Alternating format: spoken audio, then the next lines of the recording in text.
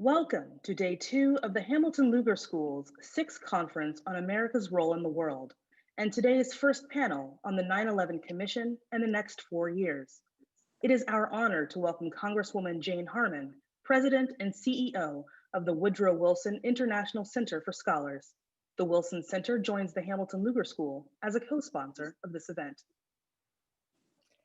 Thank you very much, and good morning to everyone. I'm Jane Harman, President and CEO of the Wilson Center, and I welcome you and to the 9/11 and the next 4 years panel as a start of, or I guess on the second day of the Hamilton Lugar School's 6th annual conference.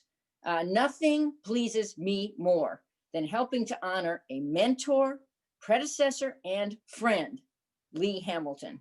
Lee was an icon in Congress where we overlapped for my first few terms, and in every way, every single way, the role model for me as his successor at the Wilson Center.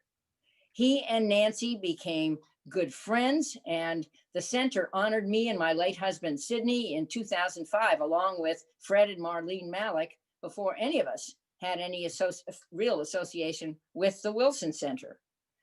But our relationship doesn't end there. Lee's name is on the door, as we all know, of the fabulous Hamilton Lugar School of Global and International Studies at Indiana University, one of the largest international affairs schools in the country, and a leader in the study of languages, cultures, and perspectives shaping today's world. Today's program discusses Lee's central role in the 9/11 Commission and combating the ongoing threat against our country. As everyone on the planet knows, Lee co-authored the 9/11 Commission report, and he sat while he did that at the very desk I now occupy at the Wilson Center. His report, unlike so many others, has never gathered dust in the decade and a half following its publication. To this day, the 9/11 Commission report continues to be invoked regularly as the Bible, for what we did and still need to do to protect our country.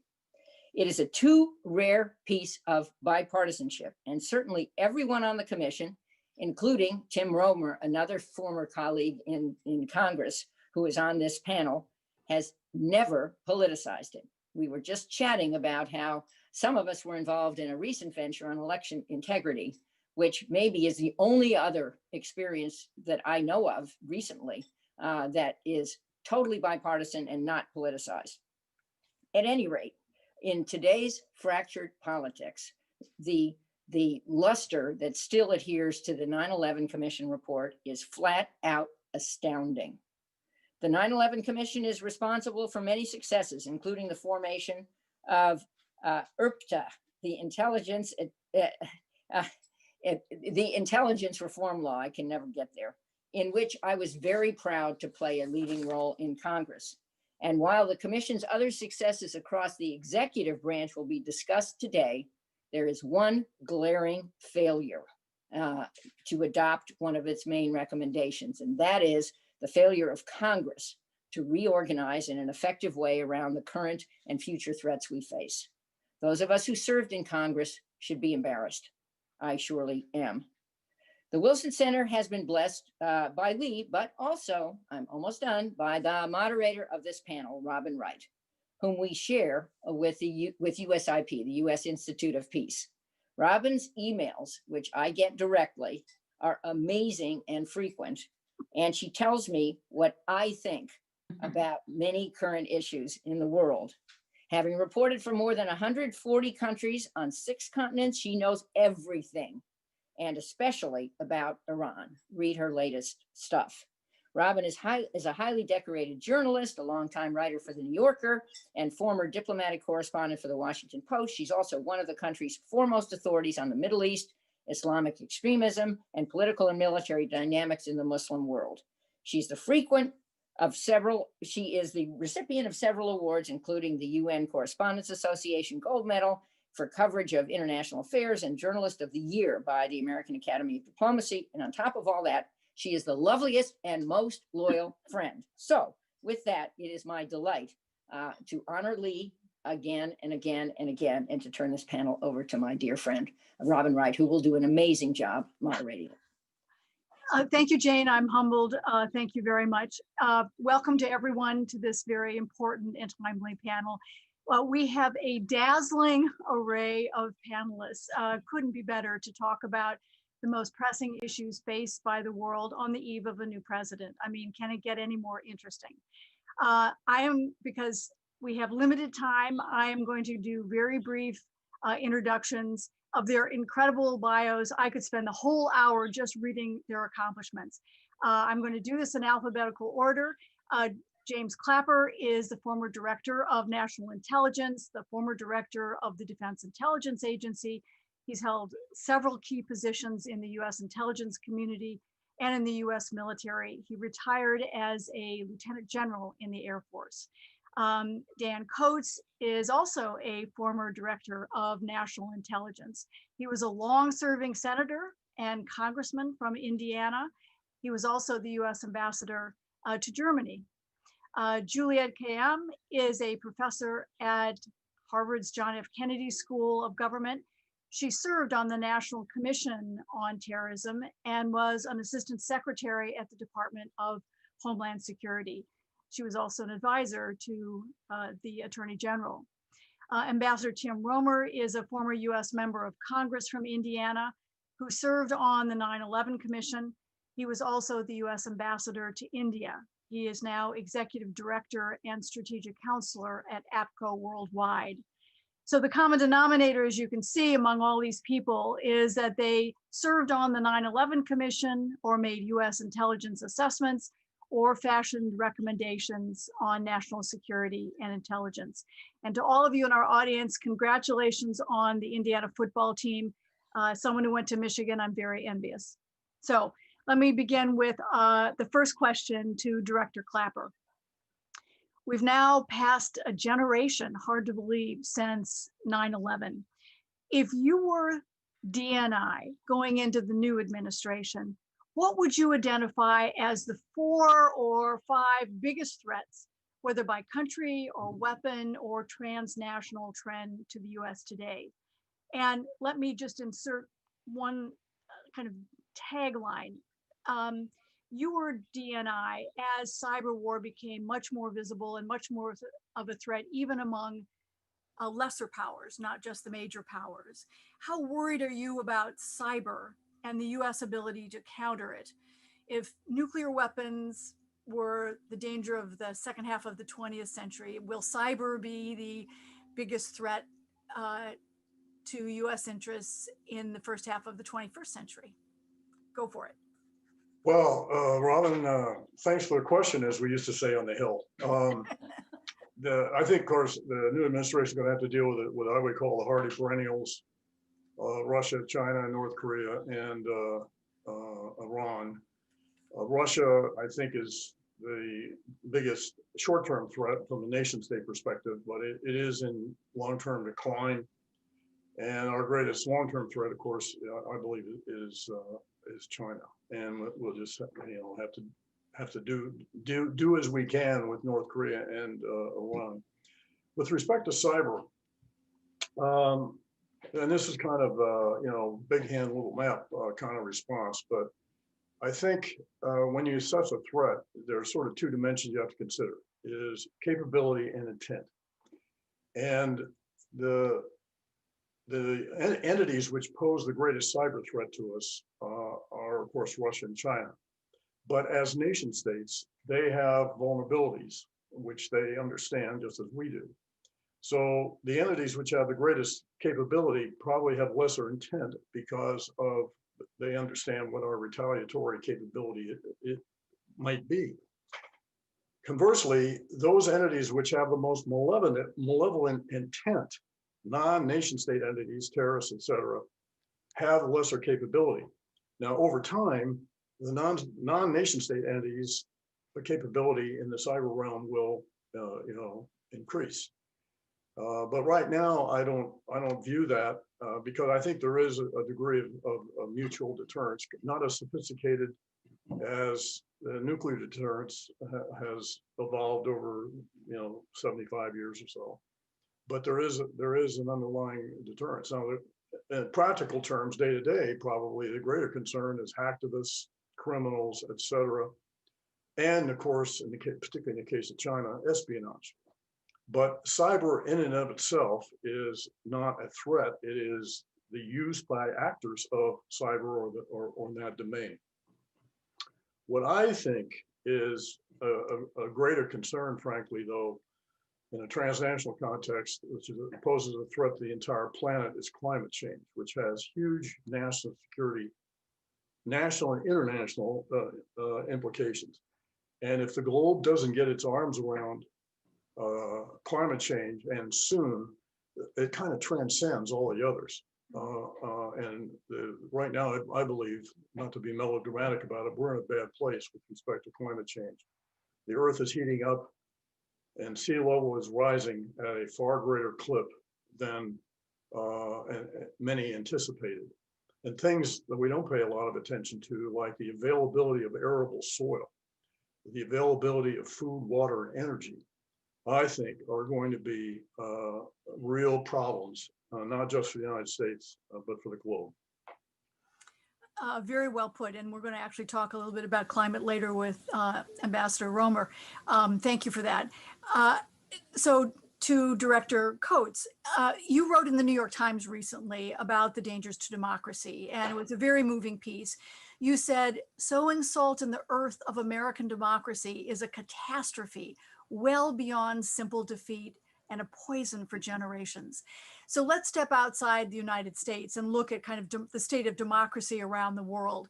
What worries you most about the state or fate of democracy worldwide over the next decade, given the political trends of the past decade? Well, first of all, I did not write the headline of the New York Times piece. Many people misunderstood what I was trying to say based on the headline. But what I was trying to get across was the fact that there's been some fraying at the edges and maybe beyond the edges of democracies. There have been rising dictatorships around the world, and the United States, which is always looked at by the rest of the globe, both allies and adversaries, was the foundation of democracy. And it exercised the democracy that we hoped they would want to see as something far better than dictatorship. What we've seen in the last several years, and maybe 2 or 3 decades, the movement toward strong men running dictatorships and challenging democracy. And when they look at America, particularly today, and what's been happening going back several years, but starting in 2016 from the election standpoint, they see a very divided America.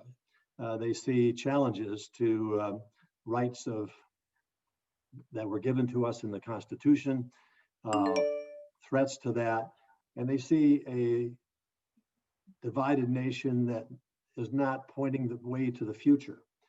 And so there are challenges from the dictatorship side of the world, and those that are taking strong actions from top down instead of government by the people does pose a threat to America. Now, I think this is something that we will respond to and can respond to. I think the 2020 election pointed us in a direction that the American people don't want to continue down a certain path, that they want to have strong institutions and strong principles of democracy. But it is a challenge to America, I think, in this global world that we now live in. The virus has caused all of us to pause and think about how this needs to be addressed and what the threats are going forward with this. And so it's a constant challenge, I think, between two sides, the democracy world and the dictatorship world. But we've seen nations that we thought were working with us, but when you raise countries in the European Union, like Hungary and Austria, when you look at our relationship, a NATO partner, Turkey, with strong dictatorship process underway. Some of our allies are being questioned, and people in those countries are questioning, is democracy the right way to go? Or can we deal with some of these problems and issues at home, poverty, unrest, and so forth, through the will of the people? Or does it take do we need to have a dictator that tells us what to do and points us in the right direction? Now, this gets into the US versus China in terms of, we see a rising China and some people see a declining America. And I think that is a challenge to us going forward. And I was trying to make that point that we have to be conscious of that and put in place the right kind of systems that show that our democracy is the right way to go. Very well put. Thank you very much. So to Ambassador Romer, on the morning of 9/11, a generation ago, in the first month of the Bush administration, Condoleezza Rice was scheduled to give a speech on the president's new foreign policy. And the focus was completely about missile defense. It had not a word in it about Islamic extremism, jihadism, the threat to the United States. We were caught off guard. She didn't give the speech because she got caught up in the crisis. So a generation later, we are again on the eve of a new presidency. What is the one major threat that is not getting enough attention and may catch the Biden administration off guard? Well, first of all, Robin, thank you for your great questions and for moderating this panel. Thank you to Jane Harmon and the Wilson Center for helping sponsor today. And a special thank you to Lee Hamilton, my dear friend, my fellow Hoosier, who I served with in Congress on the 9/11 Commission, continue to work with him on many, many other initiatives. Happy early birthday, Lee, and thanks for your leadership at the Hamilton Lugar School. To your question, Robin, the nation was unprepared, as we said, on the 9/11 Commission. There was a failure of imagination. And we also said that imagination is not a gift usually associated with bureaucracies. And so trying to anticipate and look around the corner at the next threat is a very difficult endeavor for us to do. As all the participants in the panel know, Jim Clapper and Dan Coates and Juliet Kayyem, when you're working in government, you're so busy trying to deal with the fire of the day, the crisis of the day. You're trying to implement, current policy. You're trying to deal with Congress and outside groups and foreign policy issues. To look around the corner and spend time trying to do that is something that is very, very hard to get some policymakers to do.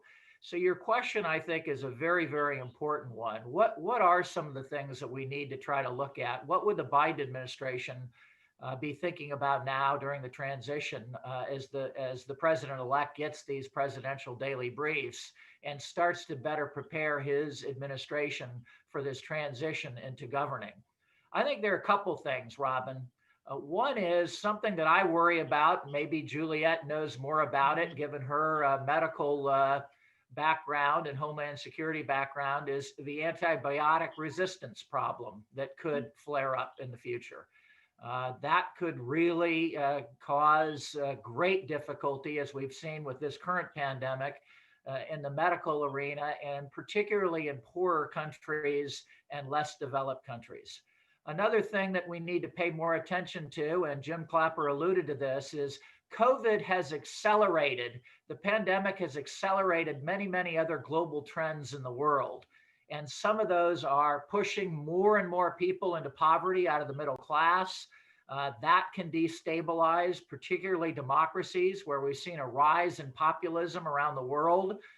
Democratic institutions, according to the Freedom House survey, are not doing well. Democracies in the world, including the United States of America, are falling in respect. We need to find ways to strengthen our democracy at home.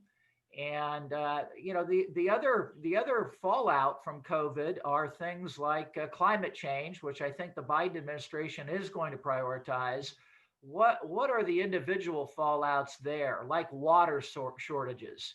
we used to have on the Intelligence Committee when I served in Congress with Lee Hamilton and Jane Harmon, we'd have a Global Trends 2035 report come out. And we'd try to look at the future and anticipate things that were going to cause problems for the United States. One of the things that continued to go up the list of priorities and get into the top 3 was how water shortages could eventually cause a civil war or war in different regions of the country, fighting over that access to rivers. Thank you, Jim Clapper.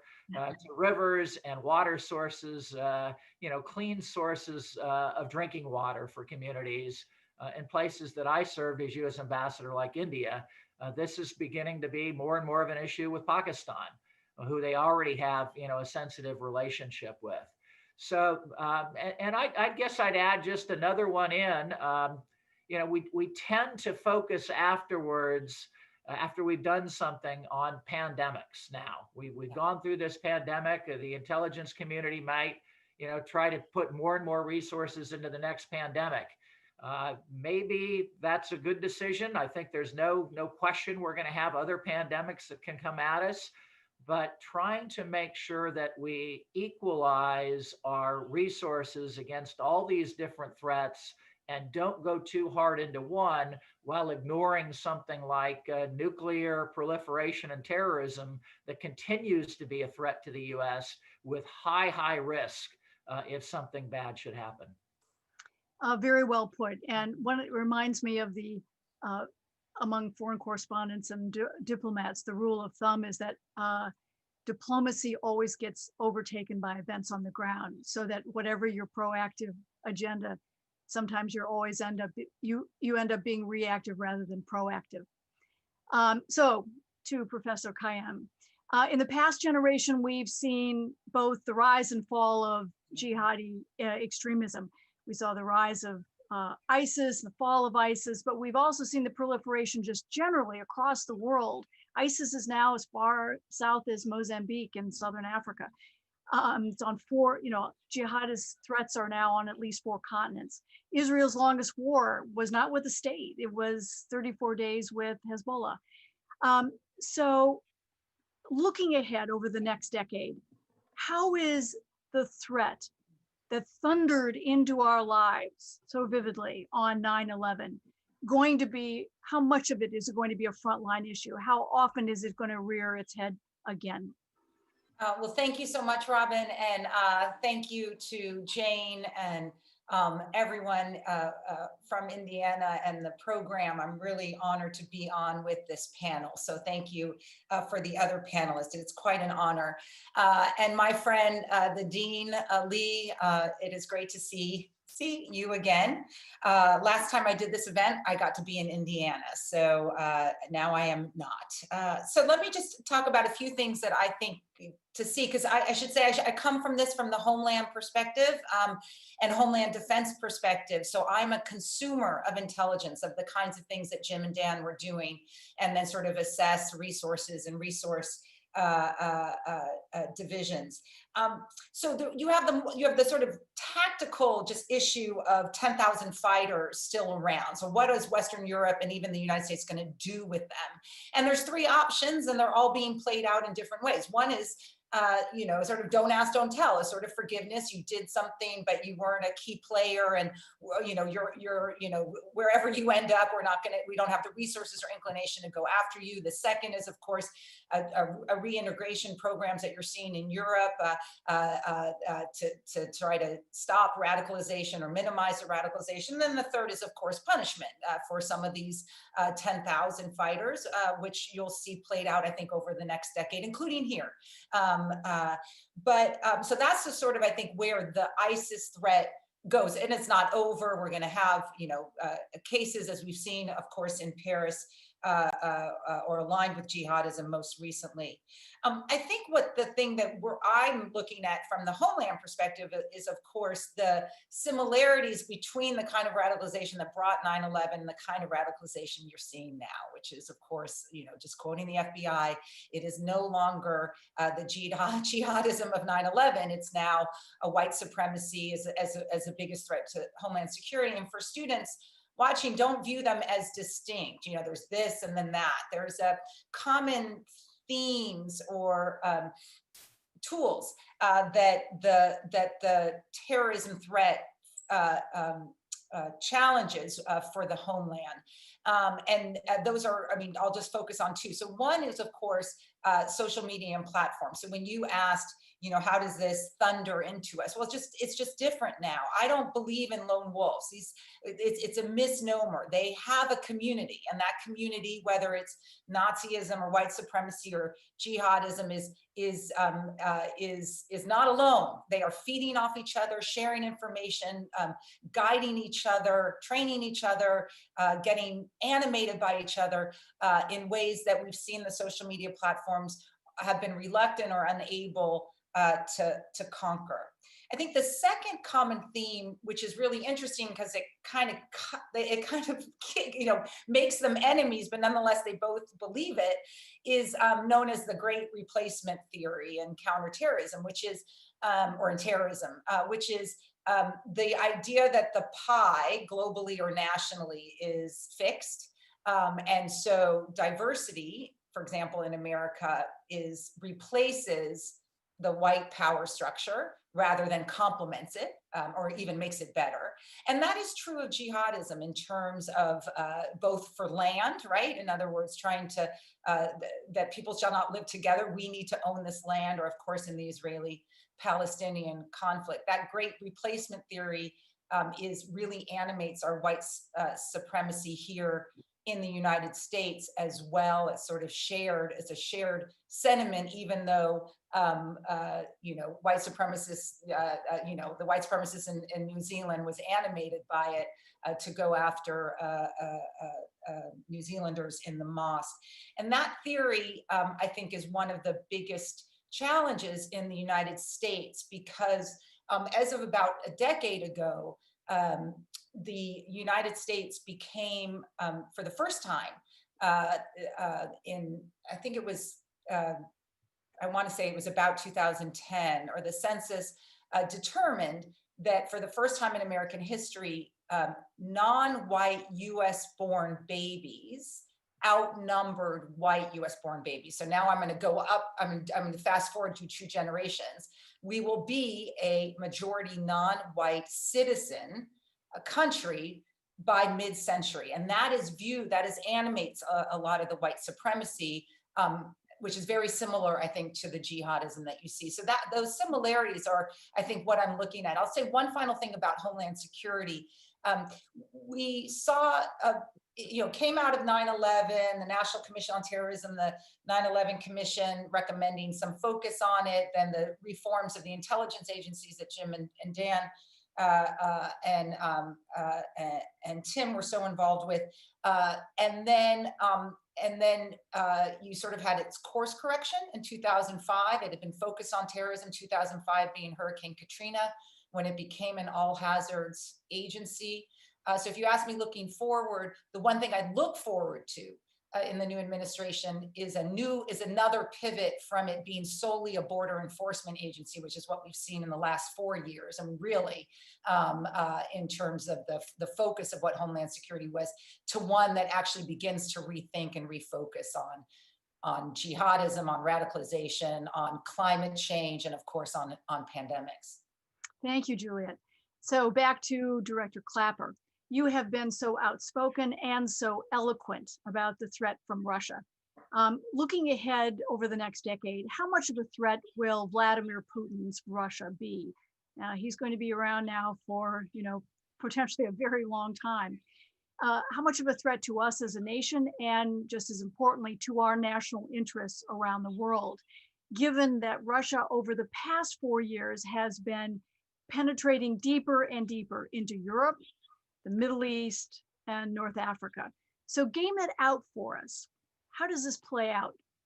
Well, Putin, in my view, is a throwback actually to the Tsar era rather than the Soviet era. And he has this, you know, vision of a great Russia. And the only thing that legitimizes Russia's claim to great power status is, of course, their nuclear arsenal, which they are busy modernizing. And if it weren't for that, you know, we wouldn't be paying a whole lot of attention to them. But between the United States and Russia, you know, they are the possessors of over 90% of the nuclear weapons in the world. And I think he realizes all the other profound problems that lead you to the conclusion that Russia long-term is in decline. So when I say, the greatest short-term threat is Russia, I guess I would define a short-term as long as Putin's around. He has very strong animus towards this country and everything it stands for. So whenever he can, and of course his other major weapon system, if you want to call it that, is information operations, which he's used to fairly well, certainly did in 2016 and continues to do that. So the objective, of course, is to attack our democracy, drive a wedge between and among European countries and a wedge between Europe and us. And he does that to compensate for Russia's weaknesses. And for him, it's zero-sum game, I believe. So whenever he feels he's doing something to weaken us, that by definition strengthens him and strengthens Russia. So we're going to have to contend with that, I think, for particularly as long as he's around. But Russia is in decline, particularly with their demographics. They have the highest male death rate of any Western country. They have very high infant mortality rate, tremendous problems with drugs and alcohol, profound infrastructure problems, and most importantly, their dependence on a single dimension for their economy.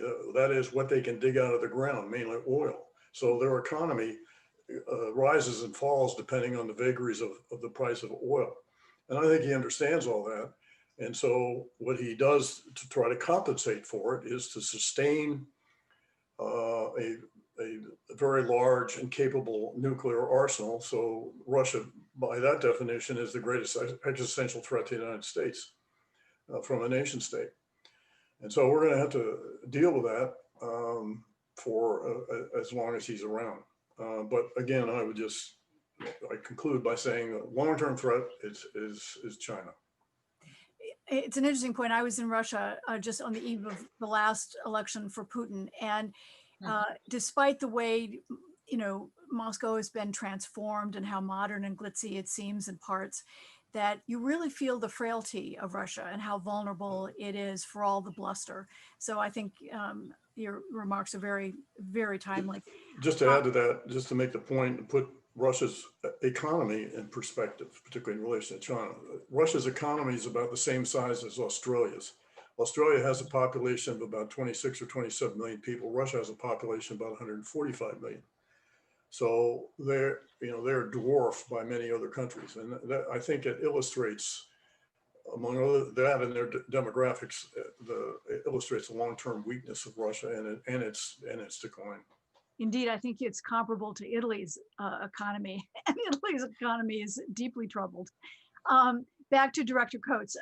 You are indeed a very prolific op-ed writer, and you wrote in the Washington Post recently about China, which is arguably the greatest military and economic rival of the US for the foreseeable future.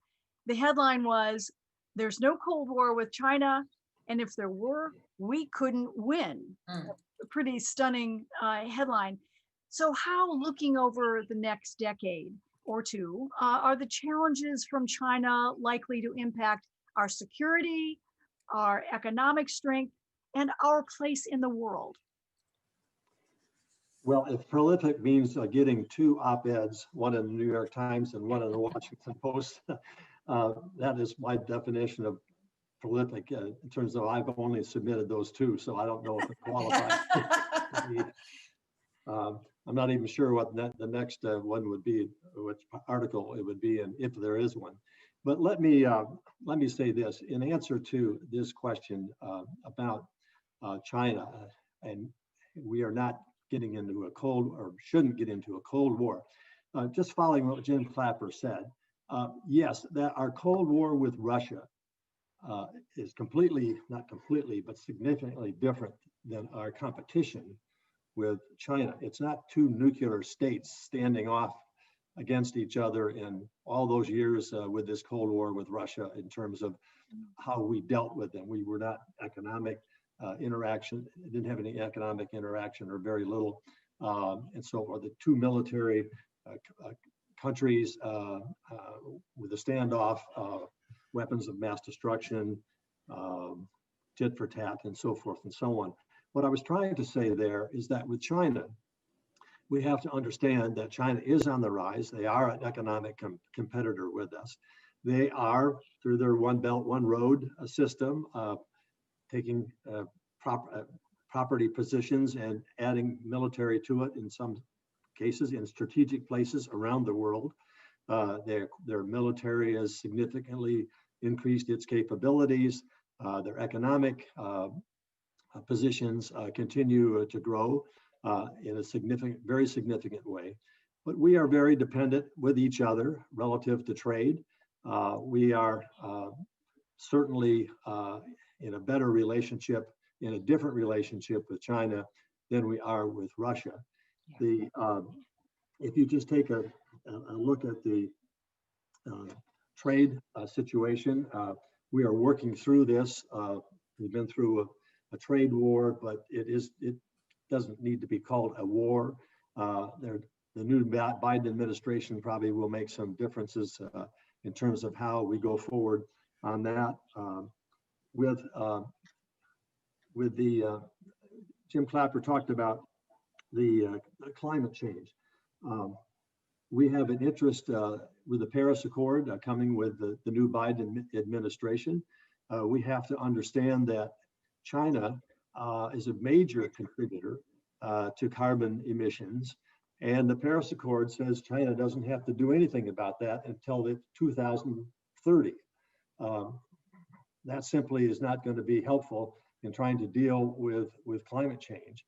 We need to be in the same room talking to each other about how we can go forward with this. China has the capabilities that when the Paris Accord started, they were demonstrated as an evolving nation and therefore exempt for doing anything about carbon. And they pour out coal-fired electricity and carbon on a daily basis like you wouldn't believe. So these are things we need to work together. What's just one example of what we need to work with China and keep relations with China, not in a Cold War standoff section. Now, with the military situation, China is not it has a nuclear capabilities, but it is not the kind of adversary that Russia is. There will be some incidents that we'll have to probably deal with. South China Sea was something that has been of real concern, but it didn't put us in a standoff position. What happens with Taiwan might be a change maker, but we don't know exactly what's going to happen there. But keeping those relations is important, I think, to dealing with global assets around the world. I might want to take just, if we don't get around to time-wise, to the third issue, I want to say just a couple of things. First of all, Lee Hamilton, he's the model of what a member representing people of his state, a model of what it should be. He's the Mr. Smith goes to Washington. It's Mr. Hamilton went to Washington. But by going to Washington, he just didn't settle in Washington. Lee was back home every weekend. There wasn't a parade in his district that Lee wasn't in. There wasn't a barbershop that he didn't stop by and say, hey guys, what's happening here in this town? There wasn't a coffee shop that Lee didn't visit and sit down with the guys and gals and say, what do you need? What do you think about Washington? I just can't tell you how much respect Republicans and Democrats had for Lee Hamilton. He left a great legacy, and I know he's watching in case I didn't have the chance to say, Lee, first question I ask is, how do I do this job? And they said, do it how Lee does it. I didn't do it as good as Lee, but I just have high admiration for him. I mentioned about, I wanted to just say in response to Tim on the bio, when I was director, and I know Jim Clapper did this also, but we put a lot of emphasis on bioterrorism, using bio as a terrorist threat. And when you look at that, how easily this threat can embrace the entire world, now given the COVID situation, we've learned a lot about that. Think about that in the hands of a group that wants to take us down, and under a theology that their rise to glory is to take down the infidels by killing themselves. And that's a different situation that we've ever been in. And lastly, what I would say to Jim Clapper, Jim, thank you for your 8 years that you put in making the ODNI what I was privileged to inherit. The foundations you built were strong. There were a lot of bumps early on. Jane Harmon was right in the middle of all of that. But the work that you did, the people you hired, the positions you put in place, and the policies you put in place allowed me to inherit a solid institution. And we worked very, very hard to keep going forward. Changes in technology have dramatically changed how we need to position our 16 intelligence agencies. We put in what the intelligence community looked like IC 2025.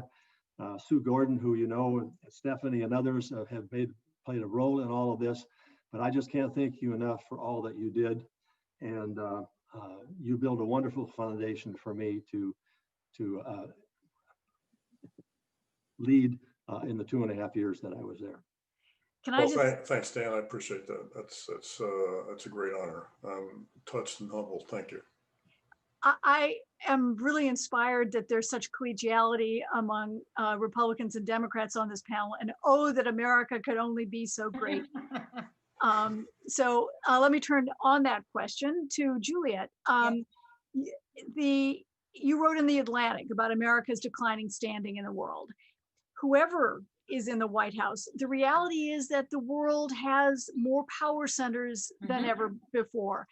So over the next decade or longer, can the US regain the kind of standing that it had in the second half of the 20th century? Yes, I just think we're going to define it differently. So I wrote that piece in the context of COVID and our COVID response. It was just how isolated, if you just look at us from the Homeland Security perspective, our numbers, our infections, our response capacity is being viewed by the outside world, allies and enemies alike, as, you know, sort of, my God, like what is happening to a country, you know, from, you know, just sort of, I think, a shock. And Robin, you probably feel it. None of us travel anymore, but I was going to say in your travels, but you from your colleagues as well. You know, a disappointment is probably the wrong word. I think, you know, feeling sorry for us too, that here was this, you know, here is a great nation that can't do this. No one's doing it perfectly unless you're an island like New Zealand, but doing it better. So I do think, though, I think hope is on the horizon. I am bullish about the vaccine and the distribution plan. I think we're back to normal-ish by mid 2020. And so how to define our power centers, I think we do lead. I think we just define the challenges differently. So if you think of the 20th century as, you know, state to state, Russia and the US, I think we can be the lead on the new borderless challenges, the kind of things that we worry about in Homeland Security, cybersecurity. You know, they might be state supported, but more often than not, or often enough, they are not. So the four that we worry about the most is, you know, cybersecurity. All of them have been mentioned. Pandemics, or the next pandemic. Terrorism and radicalization that I discussed. And of course, then all of us have now touched on it, climate change. If you think about, and climate change, not just in terms of mitigation, but how it will change the way that we live here, where we're allowed to live. And also something we often forget to talk about is military readiness. Our Navy is impacted by this, our Air Force in terms of tornadoes and hurricanes is impacted. And I think we can take the lead in terms of our convening capacity to get international agreement amongst well-meaning nations to deal with these borderless threats. So I'm pretty excited about this potential to redefine what, with all these different power bases, comes at the same time different kinds of threats. And I'm excited about the prospect that we can actually lead, you know, I hate to say coalition of the well-meaning in this stage, who want to deal with these different kinds of threats because they impact each nation and their citizens. So, hope springs eternal. The alternative is unbearable. That's my theory. That's my motto of 2020. As we enter our dark winter, we all need a little bit of hope. Yes, So thank exactly. you for that.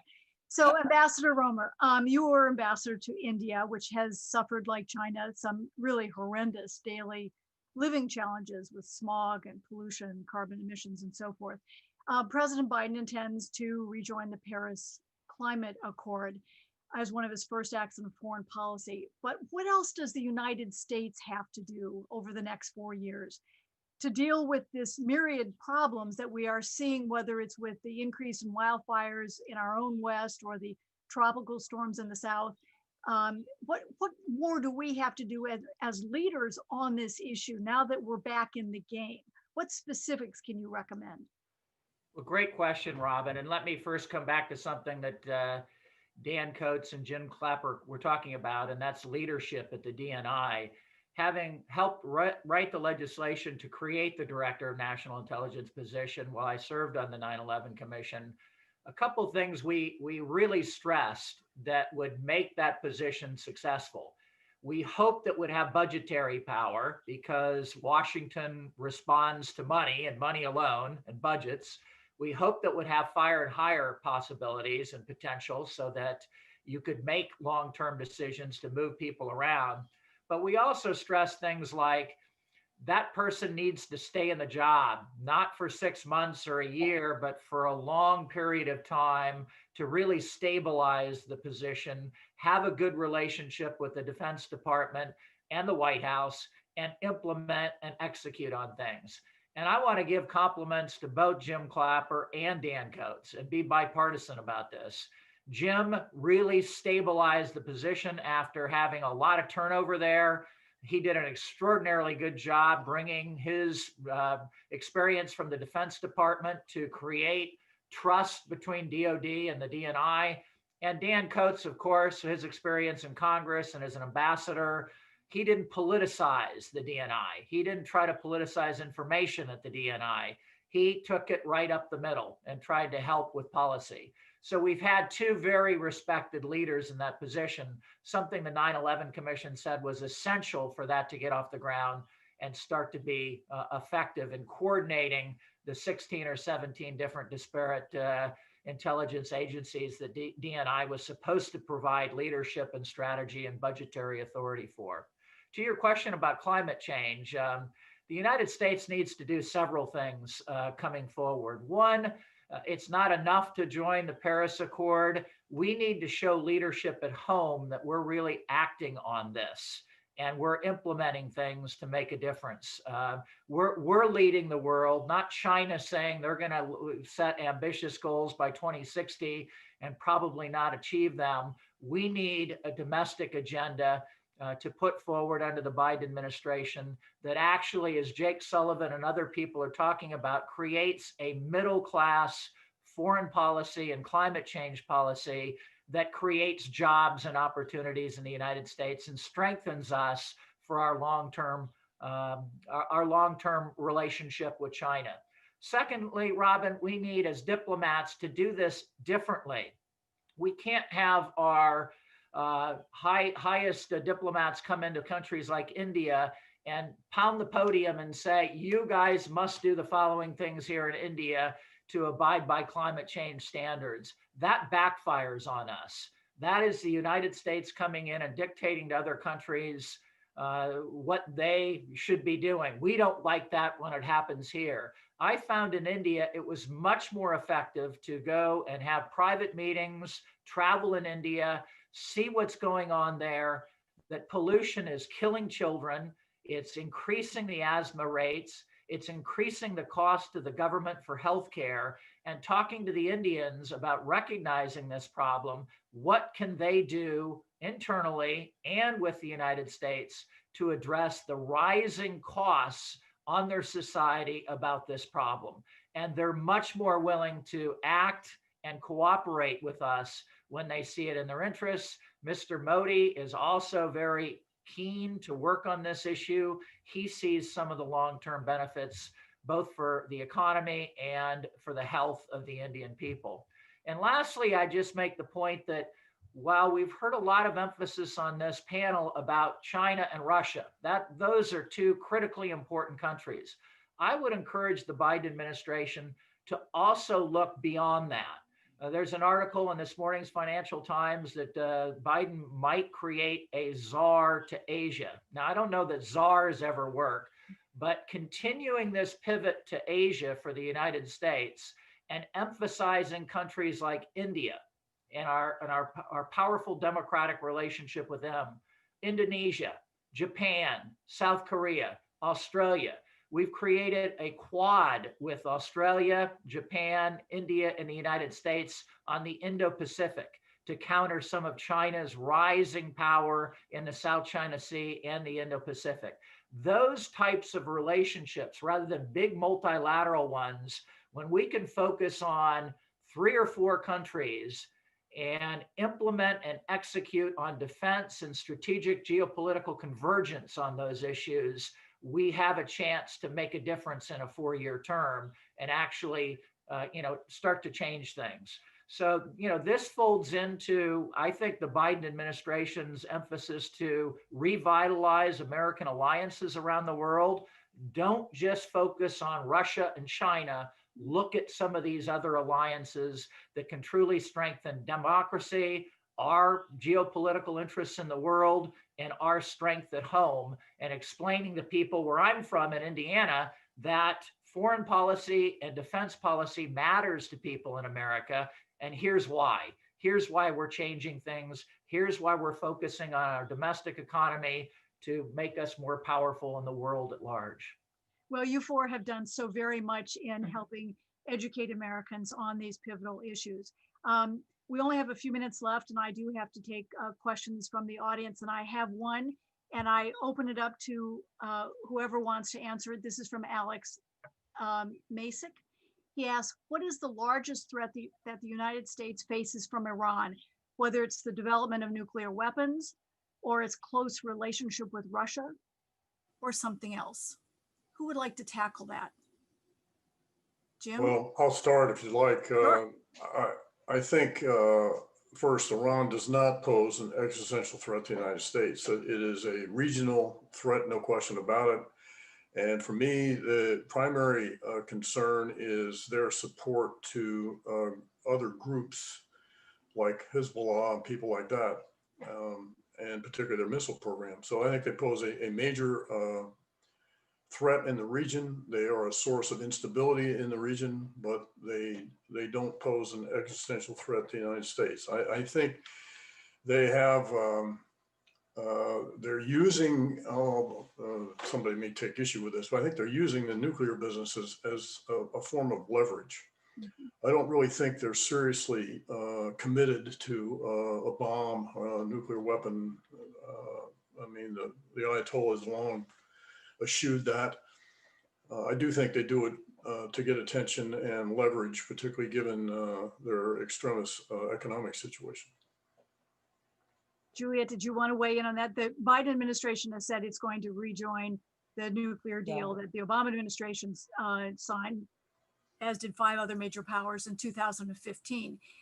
Is this, is this going to happen? Is this going to lessen the threat or lead to broader engagement with one of the countries that has been most problematic over the last 40 years? Well, I would hope that the oncoming Biden administration would actually use the leverage that the Trump administration has given it by virtue of the withdrawing from JCPOA. And I think that gives the Biden administration leverage to, if you're going to rejoin, then maybe extract some more favorable conditions from the Obama administration agreement.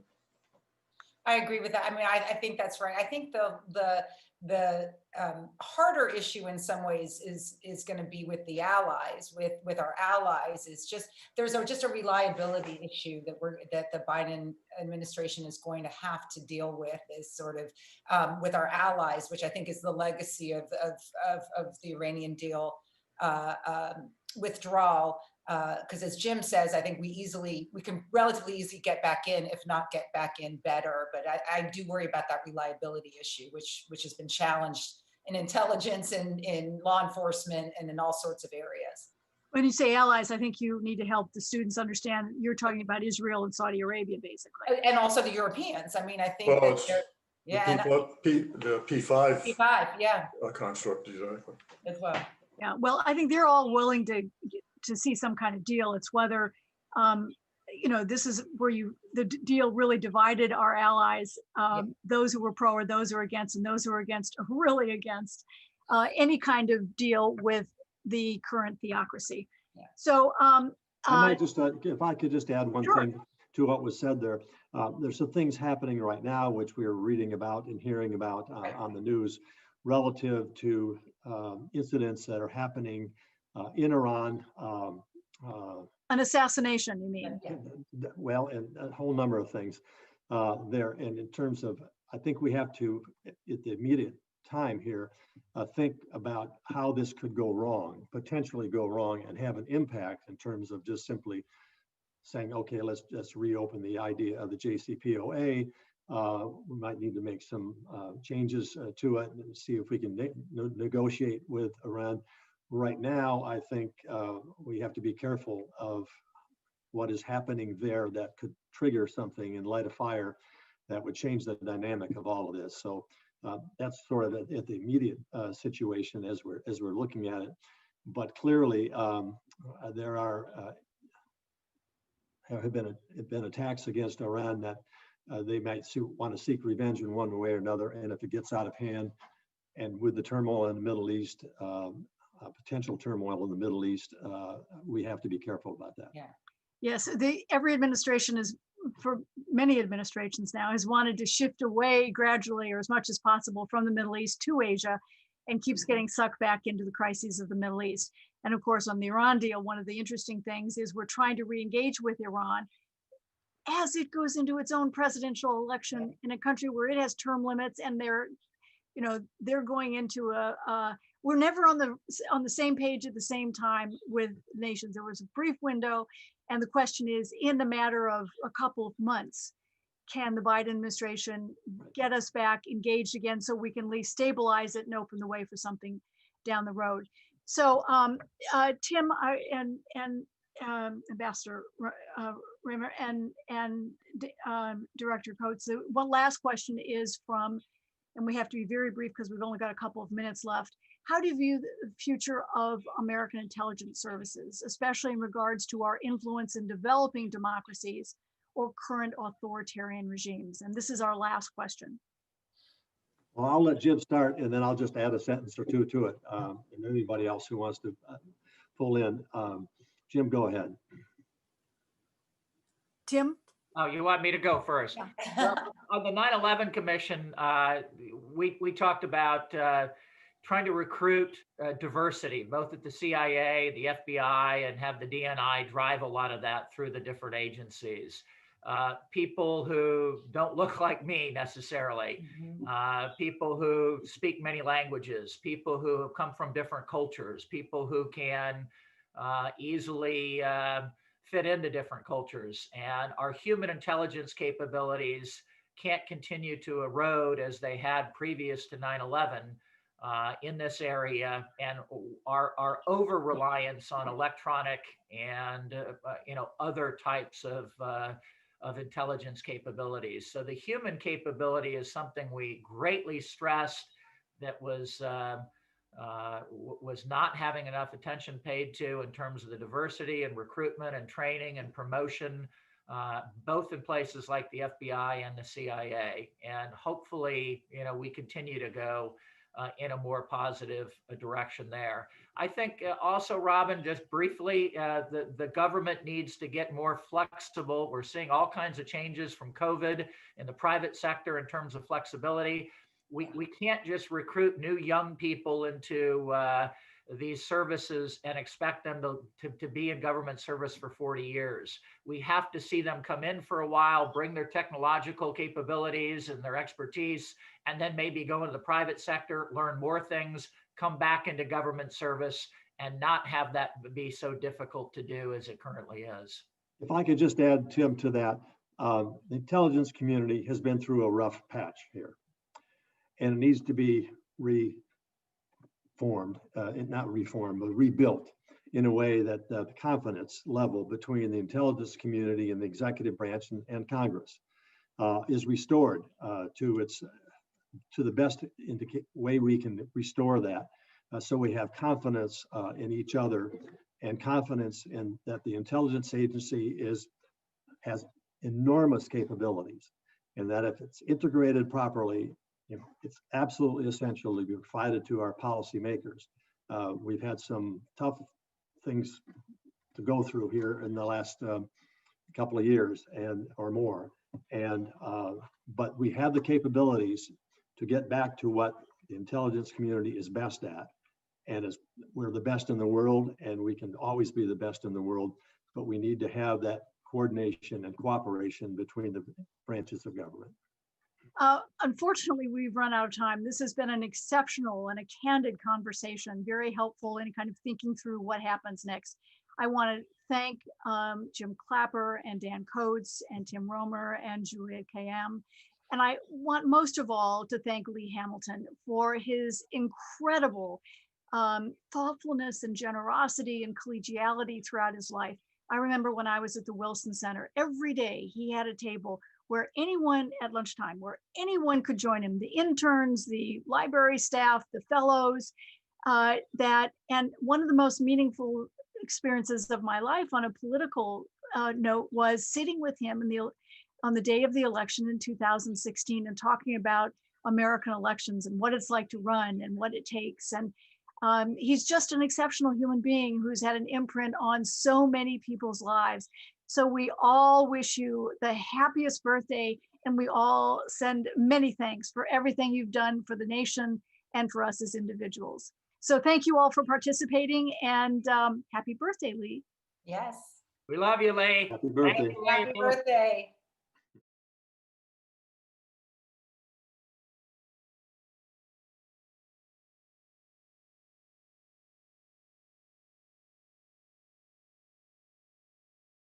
Best wishes and congratulations on your 90th birthday, Lee.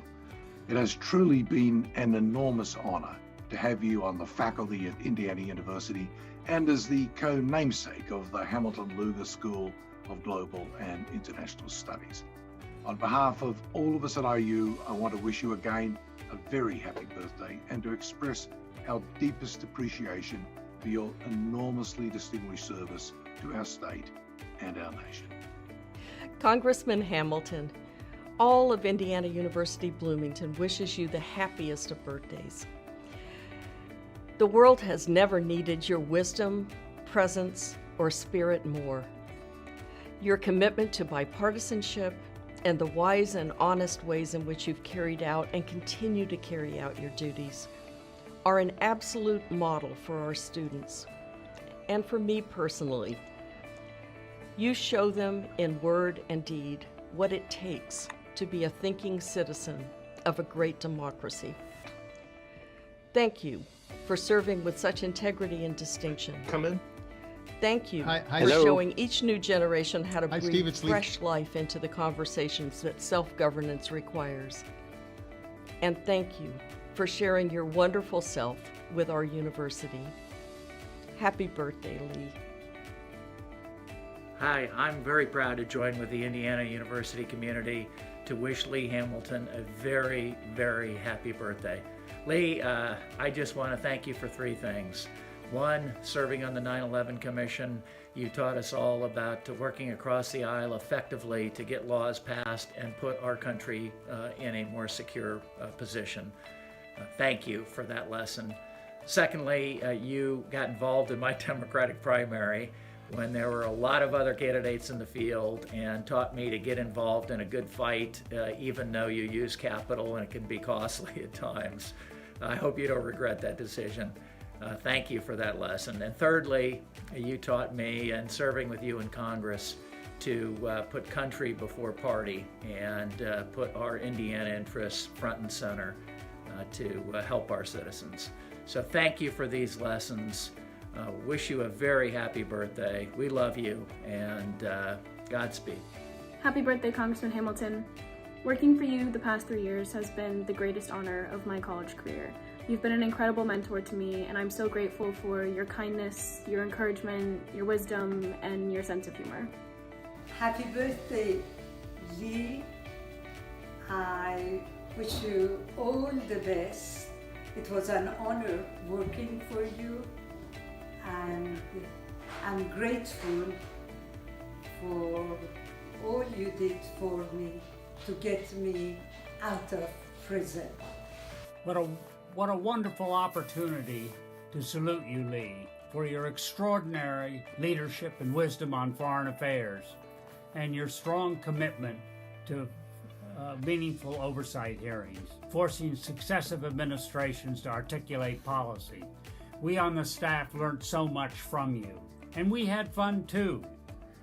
Remember introducing me as your expert on the Syrian military, barely able to control your laughter? Remember the breakfast we had with the French foreign minister when someone thought it was a good idea to serve French toast? Remember your colleague who marched out of a classified embassy briefing to call a reporter in Chicago? I guess that's happened more than once. I will always remember your patience, thoughtfulness, humor. You are a marvelous mentor to all of us. Thank you.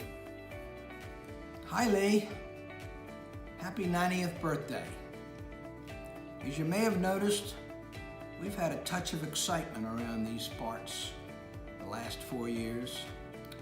We sure could have used your steadying hand. I want you to know that the 18 years I worked for you were the best, the most fulfilling of my professional career. Working for you, Lee, and alongside the splendid men and women you attracted was a privilege for which I'll be ever grateful. Warmest congratulations, Lee. Happy birthday, Lee. It was an honor to work for you at the Wilson Center. Your leadership was both inspirational and transformational. Your distinguished career in Congress and beyond exemplifies the ideal of public service. On the occasion of this conference honoring you, I'm delighted to send my best wishes. Happy 90th birthday, Lee. Working for you at the Wilson Center were some of the best years of my career. You led our center with such dignity, honesty, and compassion. We are a Wilson Center family under your leadership. And on this special day, your 90th birthday, I hope that you realize how much you mean to all of us. You deserve a happy birthday, and I'm glad I'm able to say to you again, happy 90th birthday, Lee. We love you. 34 years ago, you came to IU to speak to a fledgling group of college Democrats led by yours truly. From IU, I came to work for you in Washington, D.C., and I've been riding your coattails ever since. Whether we talked politics, basketball, or foreign affairs, you were always imparting wisdom. You're a great American, a mentor, and friend. Happy birthday, Lee, from Wally Hayes and family. Hello, Lee. This is Maria Stella. I wanted to wish you a very happy 90th birthday. You are one of the most inspiring leaders I have ever met, and I was very blessed to have you as a mentor and an example of true leadership and what it means to be a good human being in the early part of my career. I will never forget you, as anyone at the Wilson Center who worked under you still says, anytime we meet each other, we say what an amazing person and mentor you were to us. I wish you every happiness in the world for your upcoming 90th birthday and all good blessings, good health. And I hope one day, if it works out, we can see each other again. Happy birthday. Hi, Lee. It was such an honor to work for and with you for 11 years at the Wilson Center. I was always grateful we still had a great working relationship even after my Terps beat your Hoosiers in the 2002 college basketball championship. Seriously though, you really are and have always been such an inspiration to me, and I wanted to wish you a very, very happy 90th birthday. Lee, in 3 years working for you, I learned so much about leadership, ethics, and service. You've set such a wonderful example for all of us throughout your career, and it's one I reflect on whenever I have to make an important decision. Wishing you the happiest of birthdays from one Hoosier to another. Happy 90th birthday, Lee. For more than 40 years, you served our great state and our nation in the United States House of Representatives, rising to the rank of chairman of the House Foreign Affairs Committee and the House Committee on Intelligence. When you left the House, you didn't stop serving our nation. In fact, you helped us wrestle with some of the most challenging and consequential foreign affairs issues and homeland security issues of our time. Thank you for all your service. You continue to serve, Lee, as you train that next generation of leaders at Indiana University. I'm grateful on behalf of the state of Indiana. Hoosiers are grateful for your service. Our nation is grateful. God bless. Lee, Dan Coates here. When I was elected to the Congress in 1980, I asked people, how do you really do this job well? And everybody pointed to Lee Hamilton, Congressman Hamilton, who they said they not only respected Republicans and Democrats, but someone who really knows how to do it well. So it wasn't just in Washington, in terms of Lee's leadership over so many years, it was also looking after the people back at home. If there was a parade in his district, Lee was there. There was a barbershop in the town he was visiting. He was in talking, hey guys, what's happening here in town? Lee was everywhere, looking after the people and representing them well in Washington. Lee rose to the position of chairman of the Foreign Affairs Committee. And here we had two Hoosiers, Dick Lugar, chairman of the Foreign Relations Committee in the Senate, and Lee, chairman of the Foreign Affairs Committee in the House. You didn't do much on foreign affairs without getting those two people, those two Hoosiers together, working with whatever president they were representing. Lee, I think probably the most important thing that you have done for our country is leading the efforts on the 911 Commission. That commission looked at what happened on 911 and took measures and recommendations in terms of never letting it happen again. And that led to a congressional reaction to the recommendations and setting up the Office of Director of National Intelligence, which I was privileged to lead as the 5th director for a period of 2.5 years. Without your efforts there, our country would not be as safe as it is now from terrorist threats. And we would not have the integration of our 17 intelligence community agencies like we didn't have before 9/11, but thanks to your recommendations and the Congress implementation and the work of former directors, we integrated that process. And my motto to all of our people has been seek the truth and speak the truth. And that's what we tried to do in the benefit of this country and keeping our people safe. Happy birthday, Lee. Thank you for all your service to our country, to our state, and to the world. And thank you for being who you were and who you are. 90th birthday. What a great, great legacy.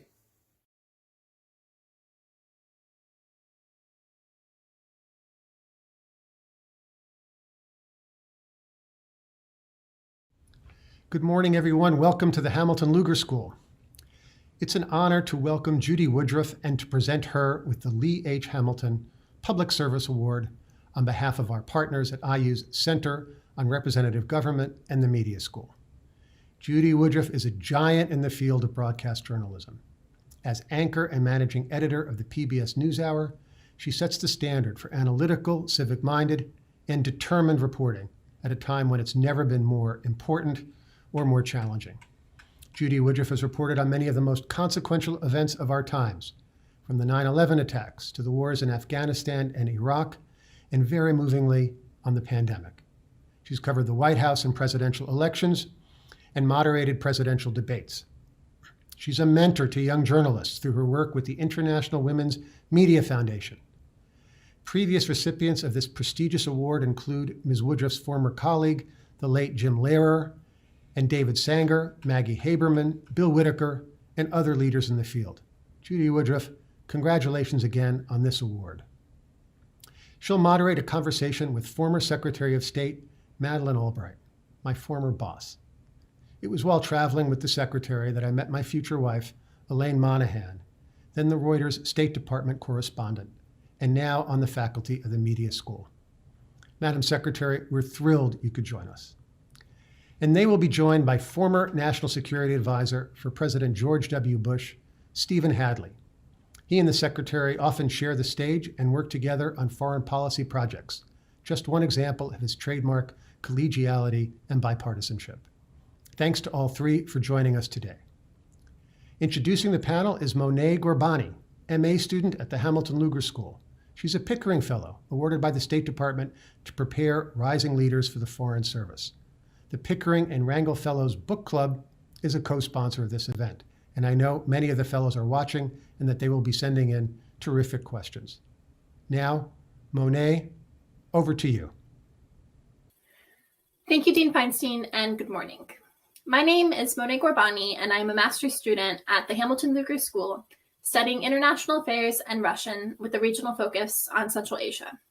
I could not have made a better choice in attending HLS, which is unique in giving its students the opportunity to develop proficiency in world languages and expertise in area studies within the context of a world-class international affairs program. I am also a 2017 Thomas R. Pickering Foreign Affairs Fellow. One of the primary goals of the Pickering Fellowship is to diversify institutions like the State Department. I will be proud to represent my immigrant family's struggles and triumphs when sworn in as a Foreign Service officer next fall. Today, we're joined by Dr. Madeleine K. Albright, a professor, author, diplomat, and businesswoman who served as the country's 64th Secretary of State, becoming, at that time, the highest-ranking woman in the history of U.S. government. From 1993 to 1997, Dr. Albright served as the U.S. Permanent Representative to the United Nations and was a member of the President's Cabinet. In 2012, she was awarded the Presidential Medal of Freedom, the nation's highest civilian honor. Joining Dr. Albright is the former National Security Advisor, Stephen J. Hadley. Mr. Hadley is a principal of Rice, Hadley, Gates, and Manuel, LLC, board chair of the United States Institute of Peace, and an executive vice chair of the board of directors of the Atlantic Council. During his professional career, Mr. Hadley served on a number of corporate and advisory boards, including the National Security Advisory Panel to the Director of Central Intelligence, the Department of Defense Policy Board, and the State Department Foreign Affairs Policy Board. This panel is sponsored by the IU Center on Representative Government, the IU Media School, and the Pickering and Rangel Diplomacy Book Club.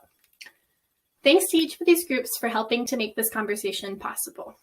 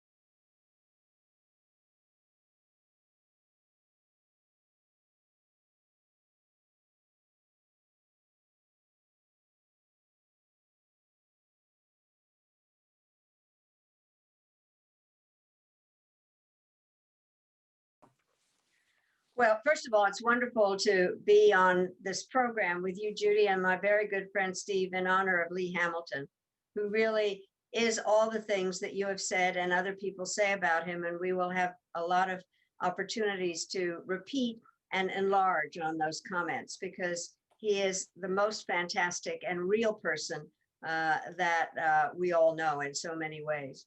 Let me just say, I think that at the moment, people are a little confused about where the United States is, because we have not behaved the way that I have seen America's role in the last 4 years.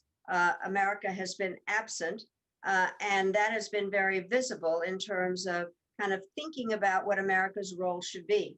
I was very proud to represent the United States, and President Clinton was the first one to say we were the indispensable nation. But there's nothing about the word indispensable that says alone. It means that we have to be partners and be able to work on the issues that are at hand in a way with others. And that is what I expect to have happen starting January 20th, because there's an understanding that the issues that are out there require an American presence, require us to be able to listen to others, and then also present ourselves as the world's oldest democracy, and work with others on the issues that are out there that are new, frankly, that have not been dealt with adequately, whether it's climate change or the pandemic, or how to deal in a variety of new trading issues, new rules. And so I look forward, obviously, to the next 4 years as being quite different from the past 4.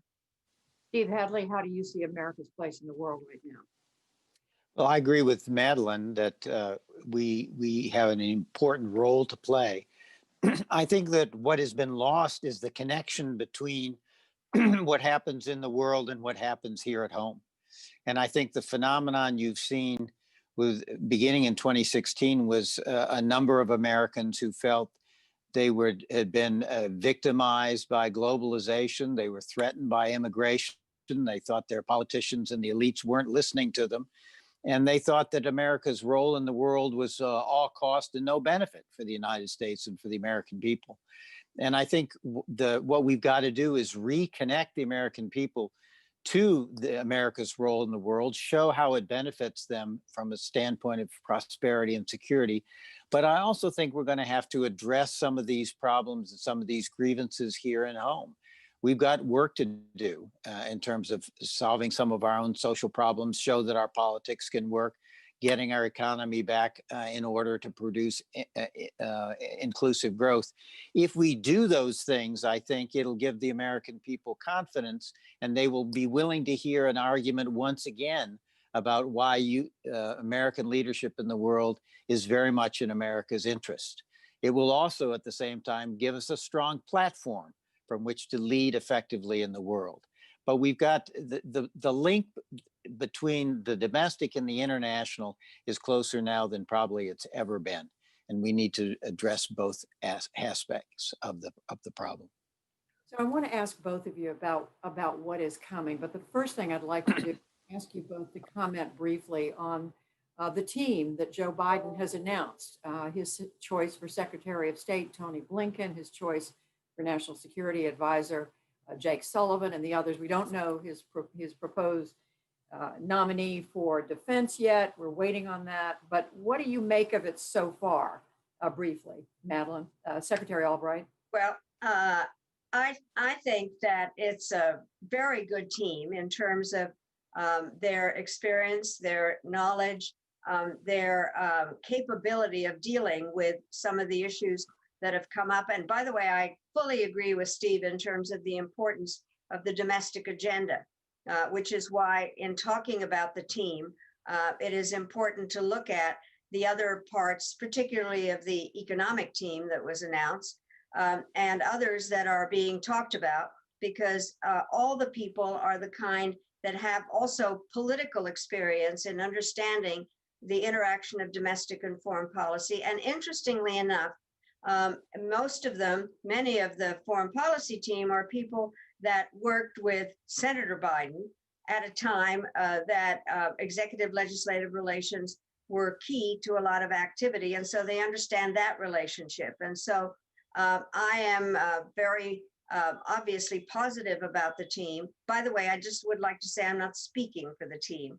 And so I am, I know all of them, I think, and I look forward to the others being announced. And they do, in fact, in many ways reflect what President-elect Biden's been talking about, which is to have the team reflect what America looks like, and especially given the comments that Steve made. So I think that that is a very important element now.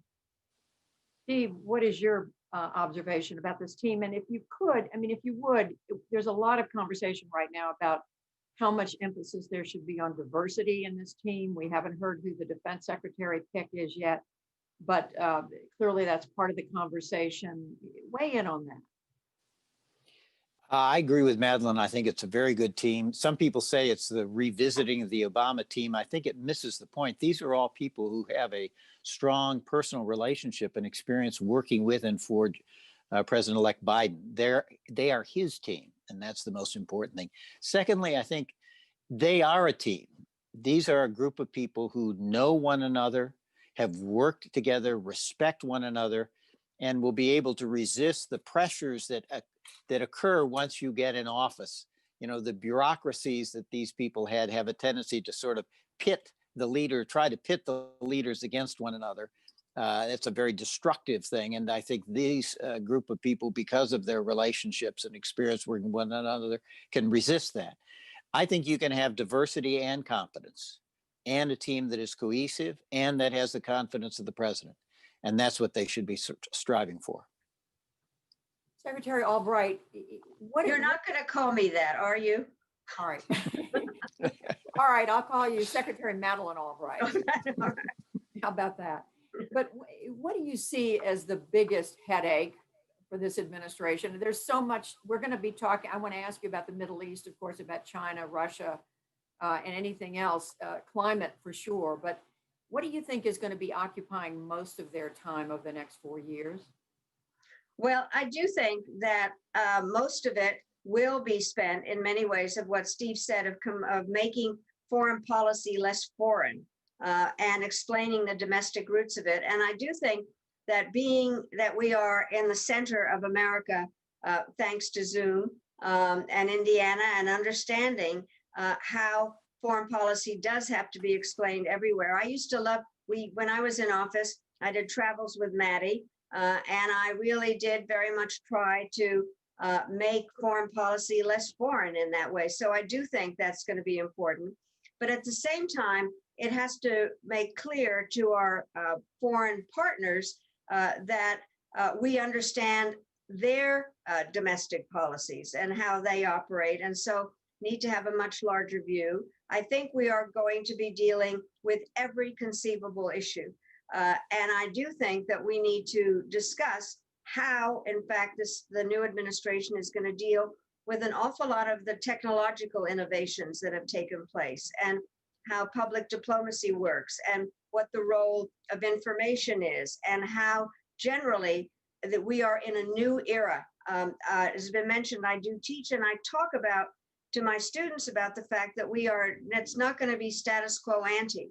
It is going to be adapting to the issues that are out there now that require international cooperation and require some very sophisticated technological knowledge, and a question about how laws operate in democracies, and then how to deal with the authoritarian regimes that are out there and not befriend them and excuse them. So there's a huge agenda across the board on the issues that you already mentioned, and then these additional ones. Steve Hadley, pick up on that. What do you see as being the biggest issue, the biggest headaches over the next 4 years? I think the biggest challenge is going to be China. China under Xi Jinping has a much more aggressive agenda of putting itself at the center of international affairs, politically, economically, and militarily. And I think developing a response to that in what will be a more competitive relationship, but hopefully will still have some room for cooperation. Coming up with a policy is going to be, and a strategy is a real challenge for the administration. We've never faced a competitor like China that is not just a military competitor, but overwhelmingly an economic competitor. We've never faced anything like that. I think it's going to be a real challenge to work with our friends and allies to come up with a strategy. Secondly, the other aspect of that is we need to get ourselves reset here at home to compete effectively and successfully against China. And that means infrastructure, that means digital infrastructure, that means our education system, that means getting at the leading edge of key technologies. But it also means we've got to refresh our brand. We've got to convince the American people once again that are beginning to have doubts that our democratic and market-oriented system works to solve social problems, to provide inclusive growth. And we've got to then refresh that brand internationally. So once again, the United States is admired and emulated abroad, because the Chinese have a different authoritarian state capitalism model that has a lot of attraction for people. And our brand, quite frankly, and our model doesn't look so good these days. And so we've got work here to do at home to reposition ourselves, to be in a position to lead effectively globally, and then to manage what is going to be a very challenging relationship with China. Secretary Albright, what about that? Because the Trump administration surely has accelerated, I think somebody described it as a confrontation, worldwide confrontation of China's technology, its military, diplomatic expansion. Do you think the Biden administration should continue this? How should the Biden administration pick up the baton, if you will, with regard to China? Well, I think that what is clear is that China will continue to be the major issue. I agree with Steve on that. I think the following thing, however, is that one can be more astute in terms of how to deal with China.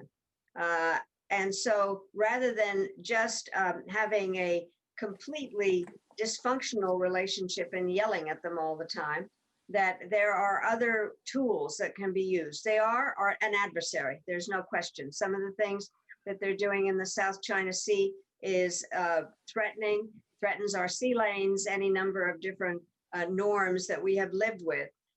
We also are going to compete with them, there's no question. They are competitors. They have dealt an awful lot of things in terms of their outreach. I've been saying with their Belt and Road initiative that the Chinese must be getting very fat because the belt is getting larger and larger. They are everywhere.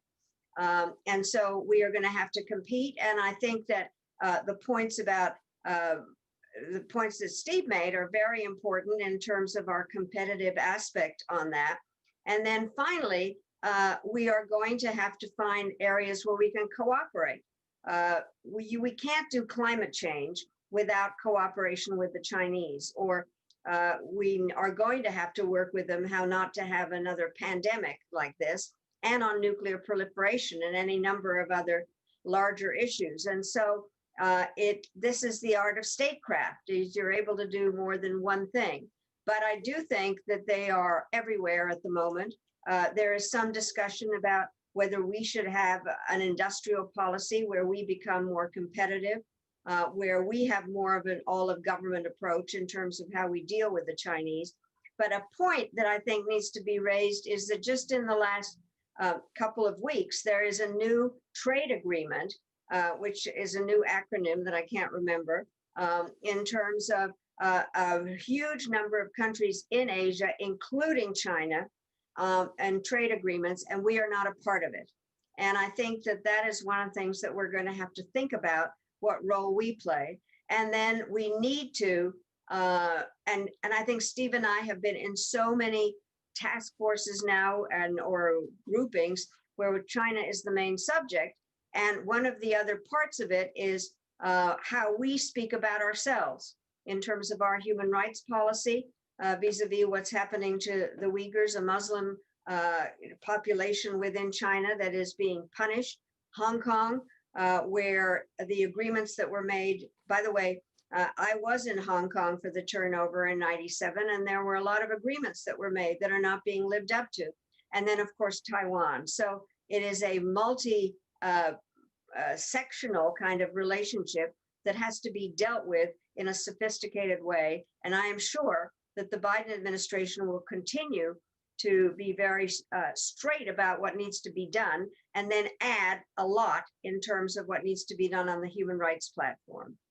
Steve Hadley, I just want to hear you address a little bit more this question of the economic, the trade relationship between the U.S. and China, and also the question of human rights, the Uyghurs and other practices of the Chinese. How much should that be a factor in U.S. decisions about dealing with China? Well, of course, it has to be a factor. The question is, what's the best strategy for pursuing that issue? And it's complicated. Many times it is more effective if it's done privately behind the scenes rather than public badgering. On the other hand, there are times when you have to be public as well to make it clear the seriousness with which we carry it. The problem of human rights and so many other things is that when you're dealing with a country like China, you have multiple objectives, of which human rights is one, but not the only one. And the challenge for statecraft, and this is what Madeleine teaches her students, is how do you balance, how do you weigh these things? How do you pursue them in a way that can be mutually reinforcing rather than canceling each other out?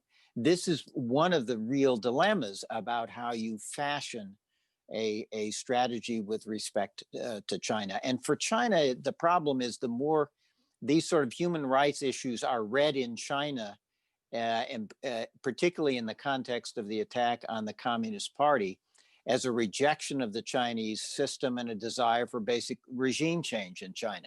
And of course, that is a threat to the party in a profound way and complicates the relationship. So how you manage these things, I think, is terrifically important. And I do think the Trump administration gets some real credit for having opened the eyes of the America's elite, but also the American people, to the challenge that China represents. And I think the challenge for the new administration is to build on that recognition and understanding, but do what the Trump administration so far really did not do, was come up with kind of a comprehensive strategy for dealing with it. And they are going to have to figure out what is the right place for human rights in that strategy. And then what is tactically, what is the best way to pursue our concerns and interests about advancing human rights in China and elsewhere in the world. Secretary Albright, do you agree the Trump administration President Trump deserves some credit for raising awareness among Americans about the China threat? No, I don't agree, because the Chinese have done that themselves. I do think that what needs to happen is to understand that it is a very complex relationship. And what has happened is, and I have to say, the Trump administration has complicated things because it delivers different messages at different times. At the beginning, Xi Jinping was his great friend and, and goes overboard. But that era is over. And I think that what we need to do now is to reach out. And one of the things that I wanted to bring up here is we need allies in dealing with the Chinese, and the Europeans need to be brought into the story. So it goes back to one of the earlier questions in terms of how do we deal generally with our national security policy. And we don't have to do China alone. We don't want to be cut out of things, as we just have been with this trade agreement. But I do think that it's important to reach out to the Europeans who have a common value system with us and work on some of the economic issues as well as the other issues with them. And by the way, one of the things that did happen when the Obama administration decided to rebalance to Asia, I have, because of my birthplace in Czechoslovakia and the things that I did in Europe, I seem to be the person that gets called when the Europeans complain. And so there were a number of the European leaders that called me up and said, what do you mean rebalance to Asia? What have you forgotten about us? And I said, no, you used to be part of the problem. Now you're part of the solution. We need to work together on this. And so I think we need to reach out just generally in terms of how we deal with the rising power, how not to get caught in what has been described as the Thucydides trap, where they just go ahead in terms of their rising power.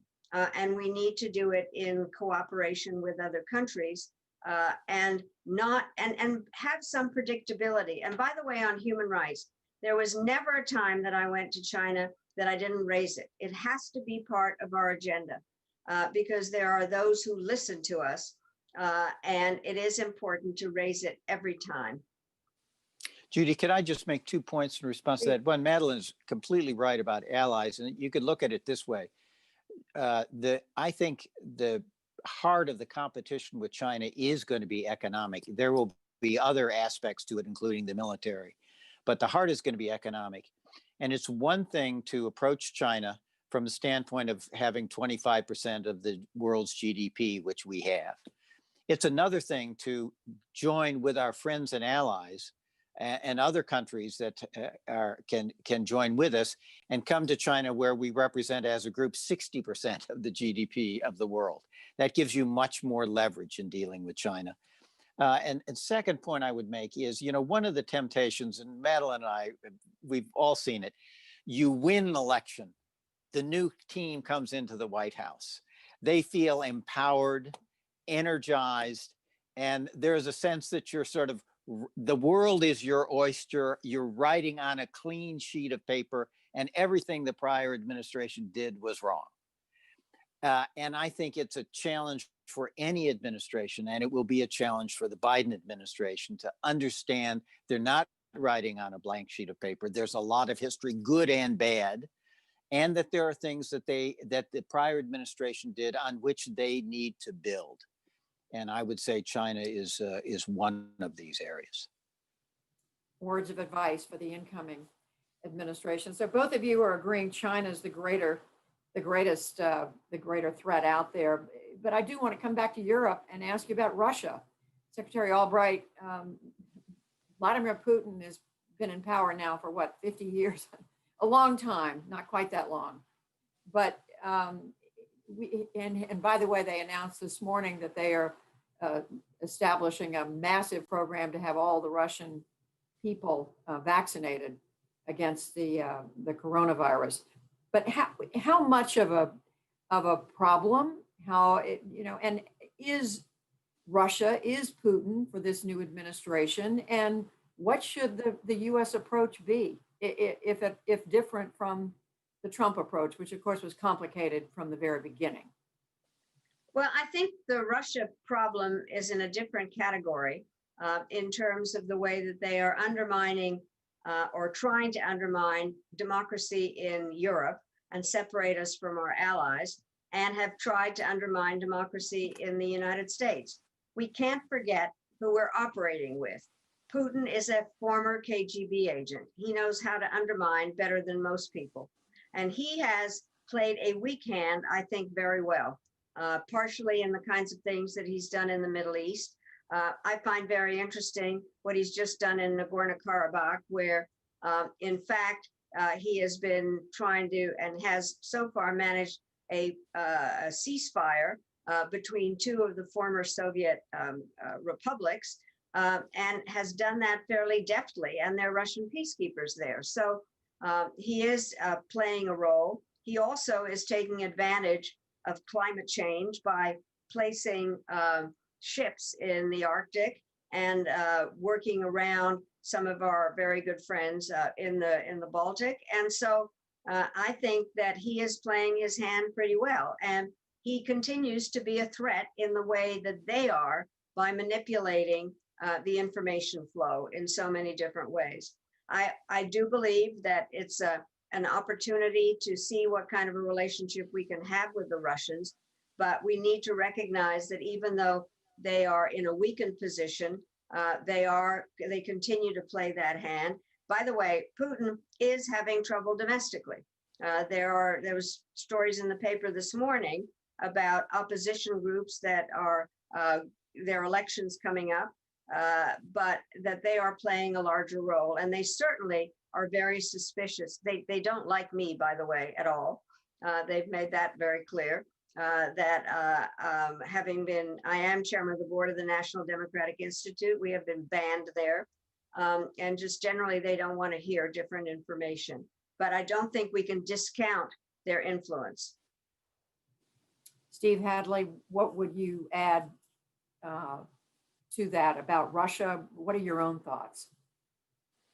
I agree with Madeleine that Putin has played a weak hand very skillfully with modest investments in places like Syria, Nagorno-Karabakh, and other places. He's really, from his vantage point, done quite well, but with modest risks. You know, when you have an adversary, for America since World War II, our formula for dealing adversaries is actually quite simple.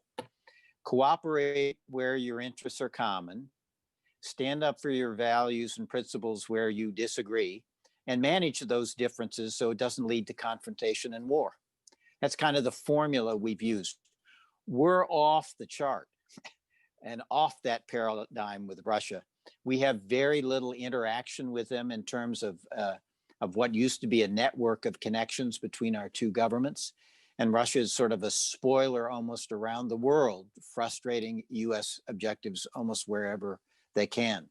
I think we've got to get back to the old formulation, find some areas of cooperation, be clear and resist and stand up for our values and principles, but have some mechanisms in place to manage the competition so it doesn't become into conflict. And I think we should start with something like a strategic dialogue between the two governments where we talk about the threats to strategic stability, talk about what to do about nuclear arms. Let's start in a couple places and see if we can start building some constructive aspects to the relationship. But this is just one of a long list of challenges that is going to face the new team. Can I just add to that? We have an arms control treaty out, which is about to expire, New START. And I do think that it is a mistake to let that expire. And there are a variety of things to do with arms control that need to be dealt with. So there are issues that we need to have a functioning relationship with them. There is so much to ask the two of you about. We're almost at that. We're about at the halfway point, and I want to ask you about the Middle East. I want to ask you about climate change and a lot more. But let me just plunge in. And the Middle East itself, we could spend the rest of the day talking about. But I look back at the two of you co-chaired a Middle East strategy task force for the Atlantic Council. And it was exactly 4 years ago. And you concluded, among other things, that the old political order was unraveling in the Middle East. You called for a new approach to understand all the complex forces at work, to engage every country, not just those in conflict, in an effort to come up with their own strategy, to plot a path forward. Then just this fall, the two of you wrote an opinion piece for Politico in which you observed that President Trump's Middle East plan involving Israel and several Arab states could actually help the region. It could move these countries into taking more responsibility for defining the future of the region. All that is really interesting, and I want to ask you to expand on it. And Steve Hadley, why don't you start? Well, that study coined a phrase which Madeleine is a great phrase maker. She can take complicated ideas and put them in a very succinct form. And she said, after one of our trips out there, she said, you know, I've identified some green shoots of hope in the Middle East. Women are stepping up and taking more responsibility. Young people are emerging. There is a civil society. There is an entrepreneurship. We need to be building on these things. And that was one of the cornerstones of our study. And the thought that we had in the piece we wrote for Politico was, if the United Arab Emirates, if Oman, if Sudan, if other countries have a relationship with Israel, and it's not a cold peace, but it's a warm peace where there is people-to-people exchanges and cross-border trade, cross-border investment, and you could get some regional economic activity and regional economic growth, that can provide some oxygen to these green shoots, to these entrepreneurs, to young people, and you can offer them the prospect of a better future which at this point, the Middle East does not seem to have. And that, of course, is the long-term answer to the siren song of the extremists and the terrorists. So there's kind of, I like to say there's an embargo on any good news coming from the Middle East here in Washington. And Madeleine and I thought that study was a way to bring a little bit of good news and to point some things that can be worked on and can be worked with to offer a better prospect for the future of the Middle East. And we thought that this breakthrough between the United Arab Emirates and Israel offered at least the potential for offer some oxygen to those green shoots, to mix metaphors here. Green shoots, Secretary Albright? Well, I think that we were encouraged by our trip because we met with some of the green shoots, and they were inspiring in terms of things that they wanted to do and their relationship with the United States.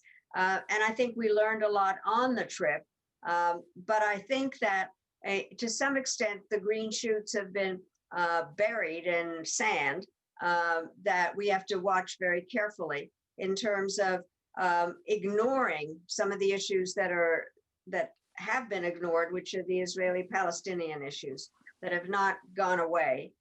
And both Steve and I spent an awful lot of time earlier in our careers dealing with it. And there's no question that it takes up a lot of time, but it is absolutely clear. I do think that you'll be surprised. I give credit to the Trump administration for actually doing these agreements. I think they are useful. Although, again, reading today's news, the Sudan one is kind of falling apart at the moment. So nothing is ever simple. But I do think that having those relationships between the UAE and the Saudis and really working on that is very important and worth expanding. I do think that the Middle East is not going away as an issue. And we have a tendency to think that it's episodic. I think a huge mistake was made by denouncing the JCPOA. It was not a perfect agreement, but what it has done is undermine America's credibility in terms of keeping agreements and has undermined our relationship with some of the Europeans that were a part of it. So I am concerned about that. I am concerned about Iran's activities. There's no question that they are a force of undermining a lot of things that are going on in the region. And by us denouncing the JCPOA, it has given them an excuse. Steve Hadley, what about that? I mean, pick up on Iran, if you would. What should the approach be? The Trump administration pulled out of the nuclear agreement. Iran has built up its nuclear capability since then. It's still causing mischief parts of the world. What should the U.S. do? I think it's a real challenge for the incoming Biden administration. I was on one of these Zoom seminars, if you will, and heard Senator Coons, a Democrat from Delaware, and close to President-elect Biden, talk about it. And I thought he had the right approach. President-elect Biden has said that if the Iranians will come into compliance with the JCPOA, which is this nuclear agreement that Madeleine was talking about, then he would consider going back into the agreement. But as Senator Coons points out, you can't just go back into that agreement. That agreement was signed in 2015. It's now close to 2021. A lot of the restraints in that agreement are about to run out. So if they go back into the agreement, they're going to have to renegotiate the agreement. And as Senator Coons says, that will give them an opportunity to fix some of the things where the agreement has been criticized. But I think they will have learned, and I think there's some evidence that President Biden understands that you can't just deal with the nuclear agreement. You also need to engage with Iran about their ballistic missile program, about their conventional weapons exports, and also and imports, and also about their disruptive activity in the region through proxies and the like. You can't simply do the nuclear agreement. the issues and problems with Iran are more extensive than that. They all need to be addressed. And this time we have to address it with our friends and allies in the region. We can't just treat it as a bilateral issue. Our friends and allies in the region, Israel, the Arab states, have a real interest in what we do with Iran. They, in some sense, deserve a seat at the table. So I think it's going to have to be a restructured, and I hope it will be a restructured approach to Iran with our friends and allies in dealing with the full range of issues that need to be addressed. Secretary Albright, Iran versus Saudi Arabia. I mean, I'm thinking of the murder of the journalist Jamal Khashoggi and the Saudi complicity in that, and the failure to be transparent, and the ongoing just, how do we say, lack of transparency across so much of Saudi life, the treatment of women. What is the relationship right now between the United States and Saudi Arabia? How much should the U.S. hold the Saudis accountable? Well, I have to say that when Steve and I were in Saudi Arabia, it was very interesting because we met with some of the young people that had been really marginalized before, but all of a sudden, as a result of a foundation that the Crown Prince had established, were all of a sudden part of a discussion. So were the women. And so there was a great deal of hope, frankly, for the new Crown Prince. I think he has been a mega disappointment in the way that he has referred to things, what he has done, and kind of being the nicest term I can use, blind to the problems that have been going on. I think that we need, again, to be very straight with them about the Khashoggi issue and the way that they are punishing a number of people within their societies for having views of their own. And we can't just think of them as being very good customers to our arms sales. We can't be rewarding them. And so I think of the various bilateral relationships that are out there, it is one of the more complicated ones where we need to be franker about what we're doing.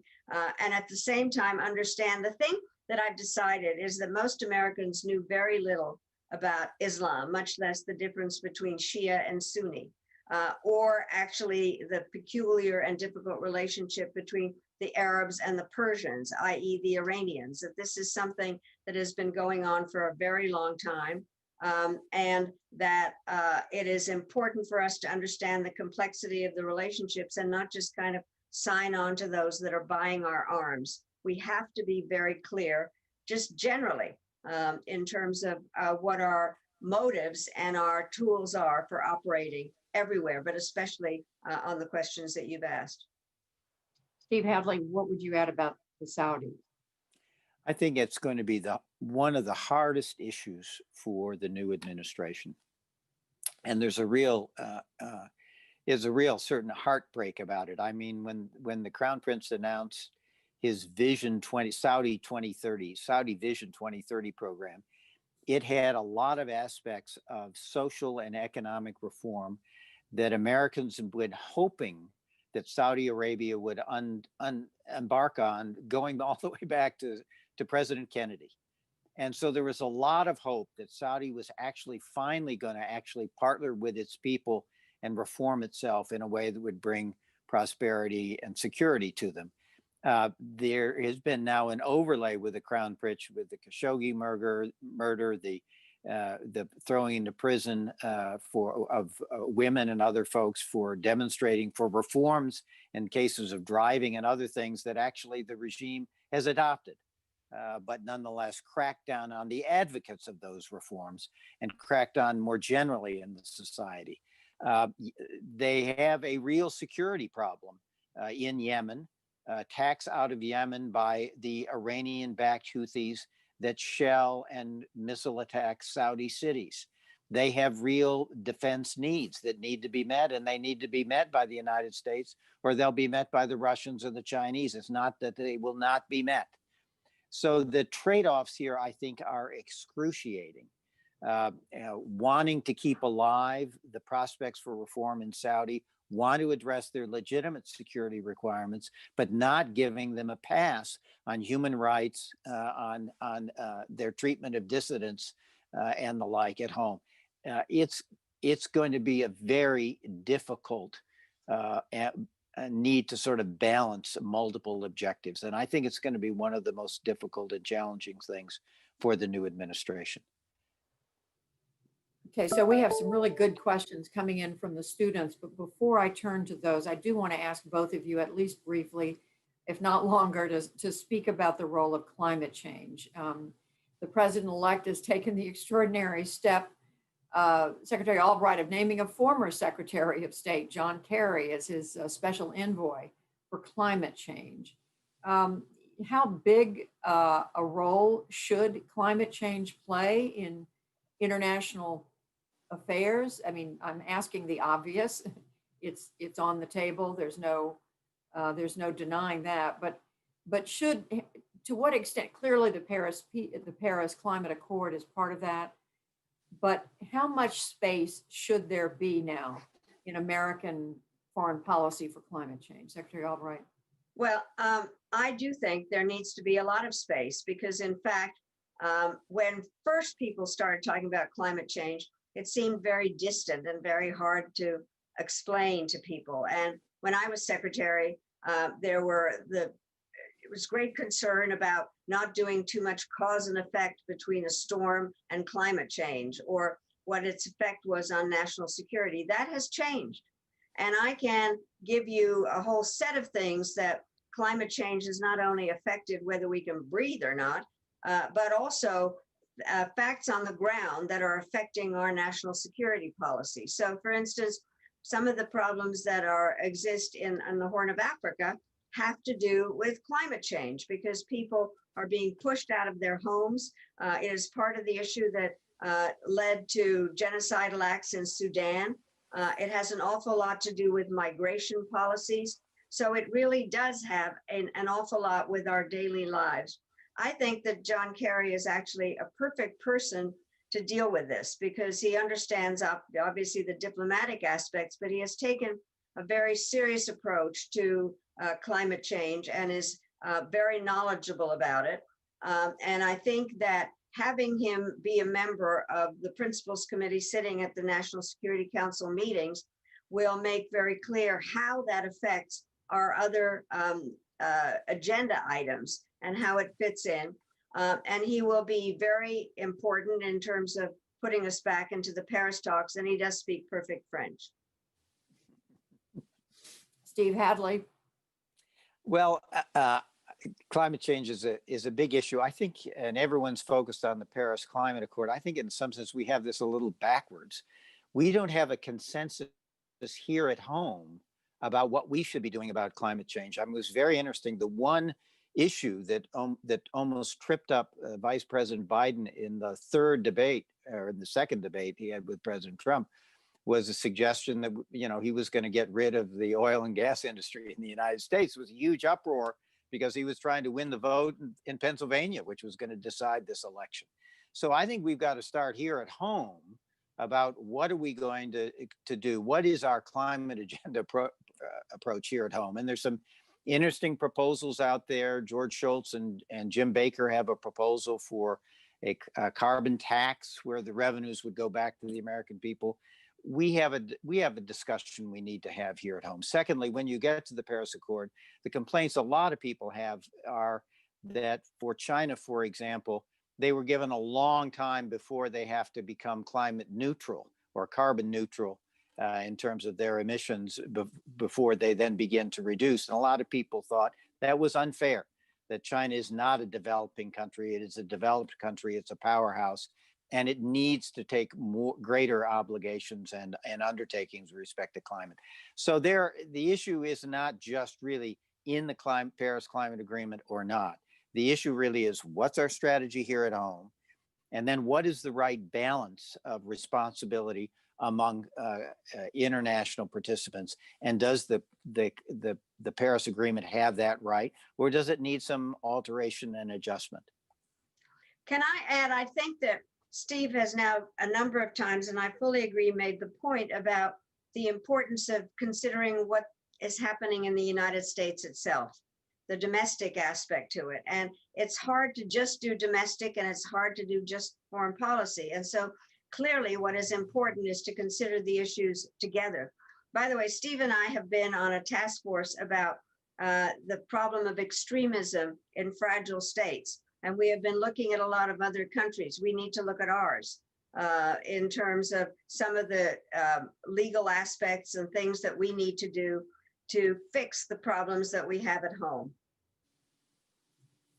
So we have several questions, really good questions coming in from the students about the changing world order, about immigration, about artificial intelligence, AI. But I want to start with a question. I think it was one of the earliest questions that came in. And this is from Kayla. I think I'm pronouncing it right. Bayfarouz. I hope I'm saying it right.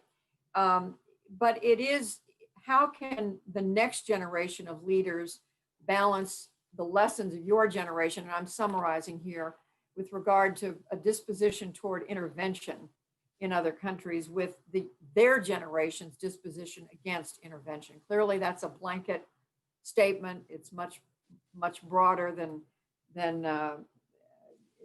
we have time to. Than we would, if we had time, we would be able to parse it out a little bit more. But in general, how do the two generational approaches get balanced out? Steve Hadley? Well, I everybody talks about, the endless wars in the Middle East, Afghanistan and Iraq. And I think one of the things, we're kind of stuck in a time warp. Nobody wants to go back to do the kind of intervention that we did in Iraq with 160,000 troops or something like that under the Obama administration in Afghanistan and then the Bush administration before that. Nobody's really talking about that anymore. And for most Americans, those wars were over a long time ago. We still have American troops there. Regrettably, we still have a small number of combat deaths. Everyone is to be regretted. But we've got a different model of trying to defend our interests in fragile states where there are threats of terrorism that could result in terrorist attacks on the United States. And that is to do it by, with, and through local indigenous military forces. Also, Madeleine and I served on this task force on extremism, which suggested we need to have a whole series of non-military measures and instruments to focus on bad governance, abusive local security forces, to be able to help prevent extremism and help prevent terrorism, so that we don't have to rely on the military instrument. So I think there has been a real transition in thinking about how to deal with terrorism abroad, which is really the reason why for the interventions we've made in the past, so that we don't have to do that again. So I think we've learned a lot. And I think there's actually a convergence in some sense between sort of the instincts of my generation and the aspirations and the standards that young people have today. And it's moving in their direction. And that's probably a good thing. Secretary Albright? Well, I think that I would kind of disagree with the way that the question was framed, that there's not that much of a difference. Or the students that I have understand that the U.S. cannot isolate itself totally from the problems abroad. And it goes back to kind of our theme here of domestic and foreign policy going together. I do think that prevention is one of the very big parts of this. And the question then is, and it goes back to my executive legislative relations question a bit ago, which is that we need to understand that some of our assistance programs have in fact a reason in terms of helping countries on the prevention scheme. Also, what I find fascinating is the number of students who have relationships with foreign students. They also do want to go and be a part of Fulbright programs and do a number of different things. So it isn't as if they have totally gone domestic and aren't interested in knowing what's going on in other countries. And therefore, we need to get interested earlier. We do also need to figure out how to train some of the indigenous forces, which does then become a whole question in terms of how our military budgets are used. And so we need to understand that there is no way that the United States can decide that we don't want to have anything to do with things that go on abroad, because there's that always that cliche, things will ultimately come home to America. And so we need to work with this group of young students. And by the way, there's no speech or book ever written that doesn't quote Robert Frost. So one of my favorite quotes is, "The older I get, the younger are my teachers." And I do think that the students have a different way of looking at this, and they are in many ways international citizens. It's very interesting.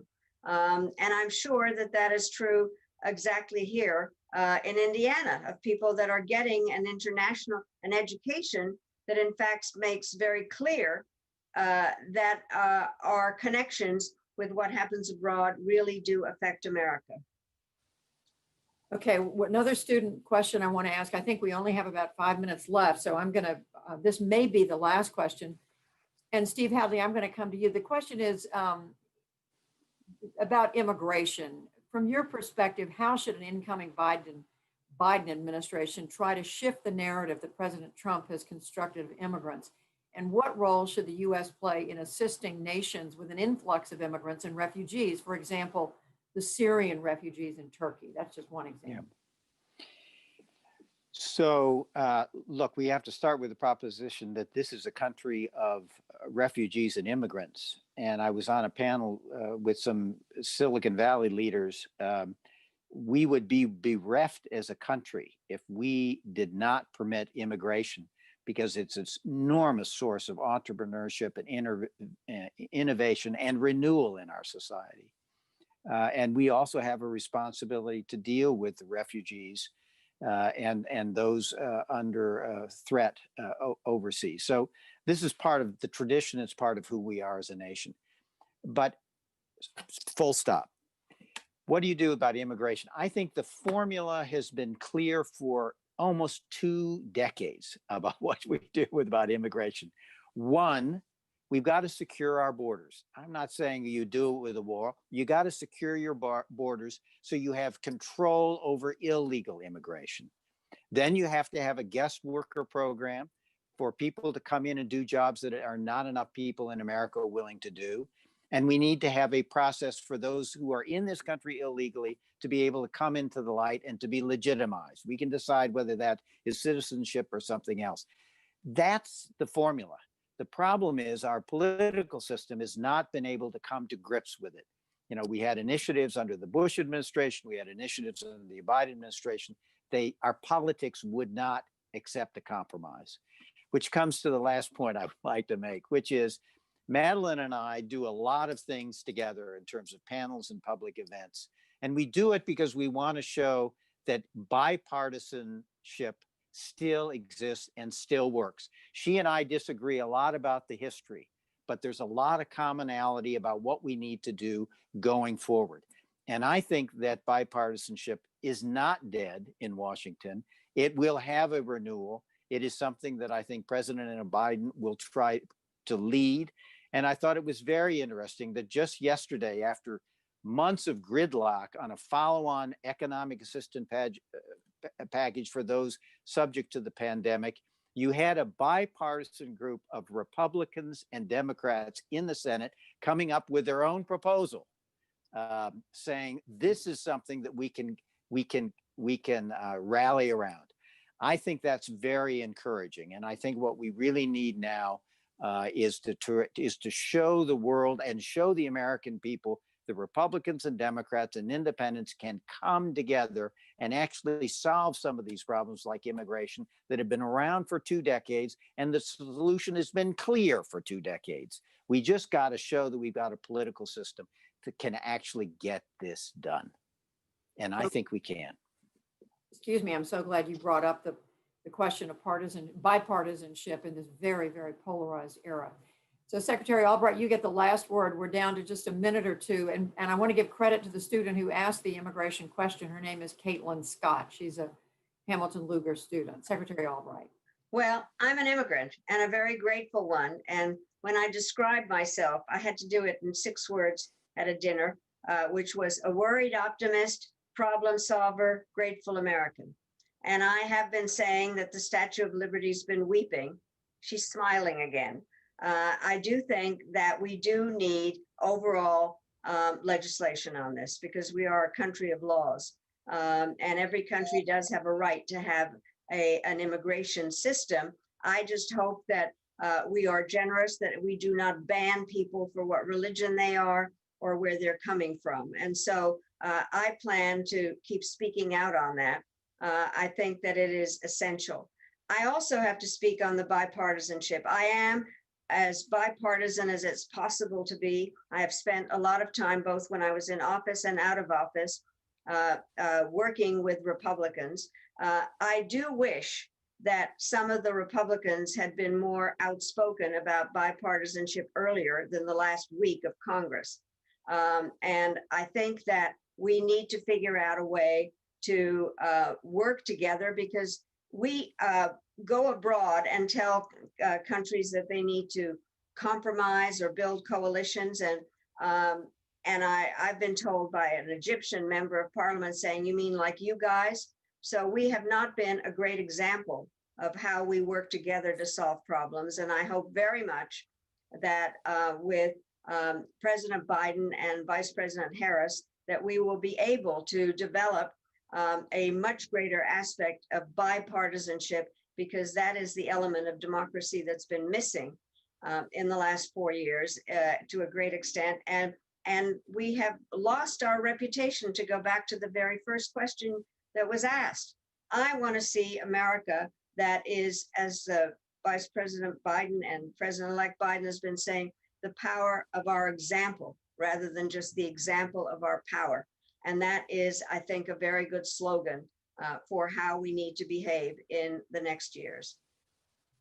Well, there couldn't be two more shining examples of statesmanship, stateswomanship, public service than the two of you. I know you've worked together on so many things. Steve Hadley, a Republican, Madeleine Albright, a Democrat.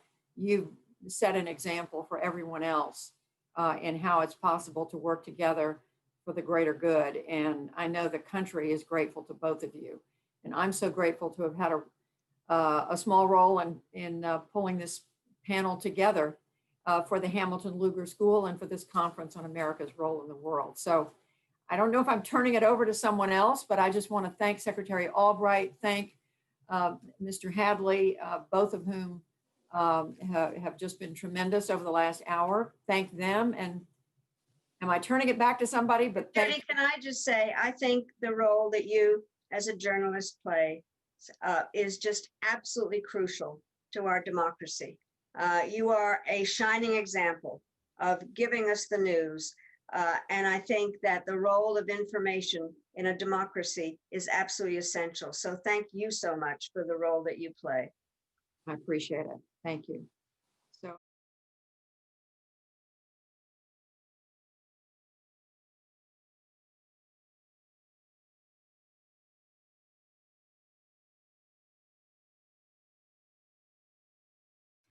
Lee, what a great privilege to be able to share a couple of thoughts with you. Many, many happy returns on the day. Boy, you are the example of a great public servant, the example of a leader within Congress, and I applaud and am grateful forever for your leadership of the House Foreign Affairs Committee and the Intelligence Committee, both of which places you set the example for how you ask for facts, seek the facts, seek the truth. And now you've continued it. You're continuing it in the building, the school out there. And I'm so pleased to have been able to work with you on any number of initiatives. And thank you for what you did with the 9/11 Commission. You brought that special gravitas and stature to the task of helping America understand what happened. So I just think you're the personification of the word citizen. You do what citizens are supposed to do. And that means love their country and serve it at the same time. I wish we had more of that in Washington in this critical time with our Constitution's challenged. But thank you for being who you are. Happy 90th. And please don't stop lending your persona to the task ahead. We have mountains to climb, and you're our guide. God bless you. Congressman Lee Hamilton's legacy makes the Hoosier State proud. As a member of the United States House of Representatives for over 3 decades, he took on so many important issues and ultimately made our country a much better place to live. So on behalf of 6.7 million Hoosiers, thank you, Congressman Hamilton, for your decades of work and service. And have a very happy 90th birthday. Happy birthday, Lee. On top of being one of the country's most thoughtful foreign policy leaders, you've been everything anyone could want in a boss and a terrific mentor.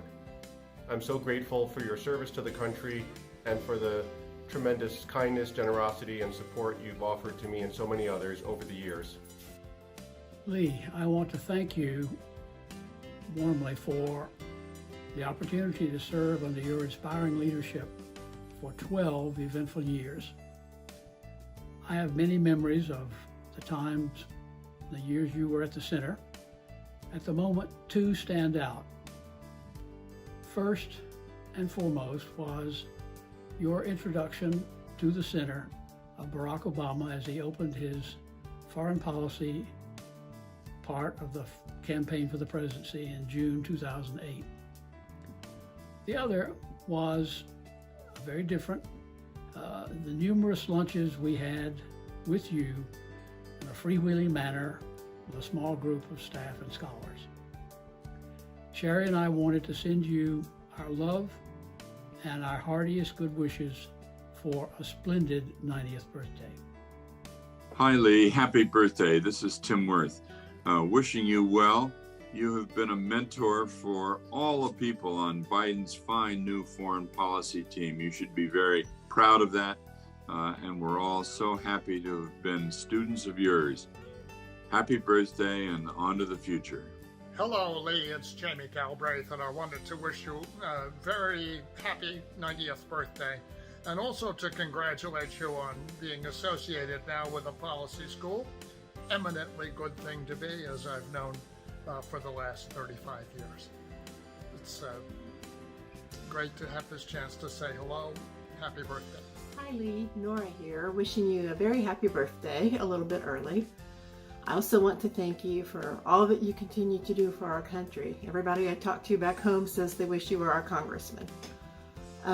So thank you very much. Happy birthday. Hi, Lee, it's Ken, and I just wanted to wish you a very happy birthday for number 90 as it approaches. We've known each other now for 39 years, and I want to thank you for all the things that you have done to help and support me during that time. And in closing, don't worry, I'm not going to sing happy birthday. Lee, Frank and I send our best wishes for a happy and healthy 90th birthday. As 9/11 family members, we will always be grateful for your unwavering leadership while chairing the 9/11 Commission. Your commitment to making the country safer gave us hope during our darkest hours. Know that your legacy lives on through the lives that you've touched. You're cherished today and always. Happy birthday. Happy 90th birthday, Lee. David Biet here. Thank you for giving me the chance to found the Canada Institute at the Wilson Center. It was challenging and fun, and we did great work. And it was a privilege and an honor to work for you. Happy birthday. Hi, Lee. Greetings from the shores of the Potomac, where we're celebrating a quiet Thanksgiving this year. Working for you at different stages of our lives inspired both Lisa and me to embrace public service. Thank you for being such a model public servant, a do-no-harm politician, a compassionate mensch, and one of our personal heroes. We send all good wishes your way. Know that we miss you, and yes, the biography will come. Happy birthday, Lee. It has been a privilege and a high honor to work for you and with you in the Congress, on the 9/11 Commission, and the Iraq Study Group. Your example of integrity, public service, and leadership is one I strive to model, and one that I know you set and live every day at the Hamilton Lugar School. You have been a profound and positive force in so many lives, certainly including my own. Happy birthday, Lee. Hello, Lee. It's an honor to contribute to your birthday celebration. I remember about 10 years ago when you called to offer me a job at the Wilson Center. I actually have still saved the audio recording of your voicemail because that was such a thrilling moment to have the opportunity to work for and work with someone who I admire and respect as much as I do you. And now here we are at your 90th birthday. Fantastic. You've made incredible contributions to the country and you still have more to give. It's an honor and privilege to know you. Happy birthday, Lee. Lee Hamilton, thank you very much for all you have done over all these years to make this country better for all Americans. Happy birthday. Greetings, Lee. It's Gretchen Beery, your former LA, sending you the warmest of birthday wishes from Lebanon, where I live and work. I wanted to thank you very much for everything you did for the 9th District of Indiana. Everyone from the district benefited from your actions, no matter their political persuasion. And thank you for the opportunity to work for you and learn from your example of what it means to be a true public servant. I carry those lessons with me every day. Thank you very much and take care. Lee, greetings to you and to all of the conference participants. I'm Nick Cullither, and in the 1980s I was on Lee Hamilton's congressional staff. And more recently, I've been his colleague on the faculty of the Hamilton Lugar School. I know we'll be talking about foreign policy today, but Lee, I wanted to remind our guests of one of your achievements that's meant a lot to us during this pandemic lockdown. Sometimes we just have to get outside, and a place where Melanie and I love to go for a walk is the Deem Wilderness, just on the other side of Lake Monroe. And I can tell you, we're not the only ones. On a Saturday, the parking lot gets pretty full, but the Deem is a massive place. And when you're there, all you see is what God made. The Deem is a federally protected old-growth forest. It's there because Lee Hamilton introduced and fought for the Charles C. Deem Wilderness Act. Getting federal designation isn't easy. It requires years, sometimes decades of negotiations with state and local officials, the Army Corps of Engineers, and then the log rolling of getting a bill through Congress and signed by the President. And it's not the only one that Lee sponsored. When you visit the Falls of the Ohio National Wildlife Conservation Area or the Ohio River Greenway, you can thank Lee Hamilton for saving those treasures as well. Lee, thanks for all you've done for the school, and thank you for giving us someplace to go on the weekends. Congressman Hamilton, thank you for your many years of service. As an IU alum and a member of the board of the Hamilton Lugar School, I'm especially appreciative of what you've done to turn this into the world-class institution it is today. Thank you for your service, and I look forward to seeing you again soon in Bloomington. Hi, Lee. Happy birthday. For your birthday, I'd like to share one of my fondest memories of your time as director of the Wilson Center. I love the way you used to wander around the center, come down from the 8th floor and poke your head into people's offices and say hello and see how they're doing. And I remember one time you came by my office on the 4th floor and looked in and saw the incredible mess on my desk and the stacks of paper and files on the floor and all over. And you repeated something you said someone had told you, which is that order is in the mind. And we both had a good laugh, and I remember feeling validated and not chastised for how messy everything was. So thank you for all of your years of leadership, for your decency, and for everything you have contributed to all of us. Happy birthday, many blessings. Take care. Lee, happy 90th birthday, and thank you. Thank you for all that you have done to make the United States better in the world, and to make so many people who have had the chance to work with you and work for you able to contribute far more than we ever would have had we not had the time and the teaching and the advice and the guidance from you over the years. And some of which I will say I have been able to pass along to others, to the generations that come behind me as well. So thank you, and happy, happy birthday. Hi, I'm Deborah Silameo. I was the Communications Director of the Congressional Joint Economic Committee when Lee Hamilton was chair. Congressman, your advocacy for more accountability in monetary policy really helped open secret doors at the Fed. And in light of this week's news about the diversity of the Biden-Harris appointments, I'd love to note that you hired an unprecedented 3 female PhD economists to the JEC staff. Happy birthday, Congressman. Happy birthday, Lee.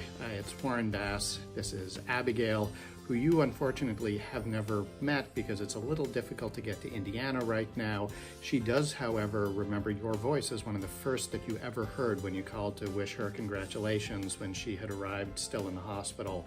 She doesn't know what the U.S. Congress is. We will explain all that to her. We will explain that there was a former boss of her father's who tried to make the planet much safer for her, and she will really appreciate it. Thanks so much, Lee. Happy birthday.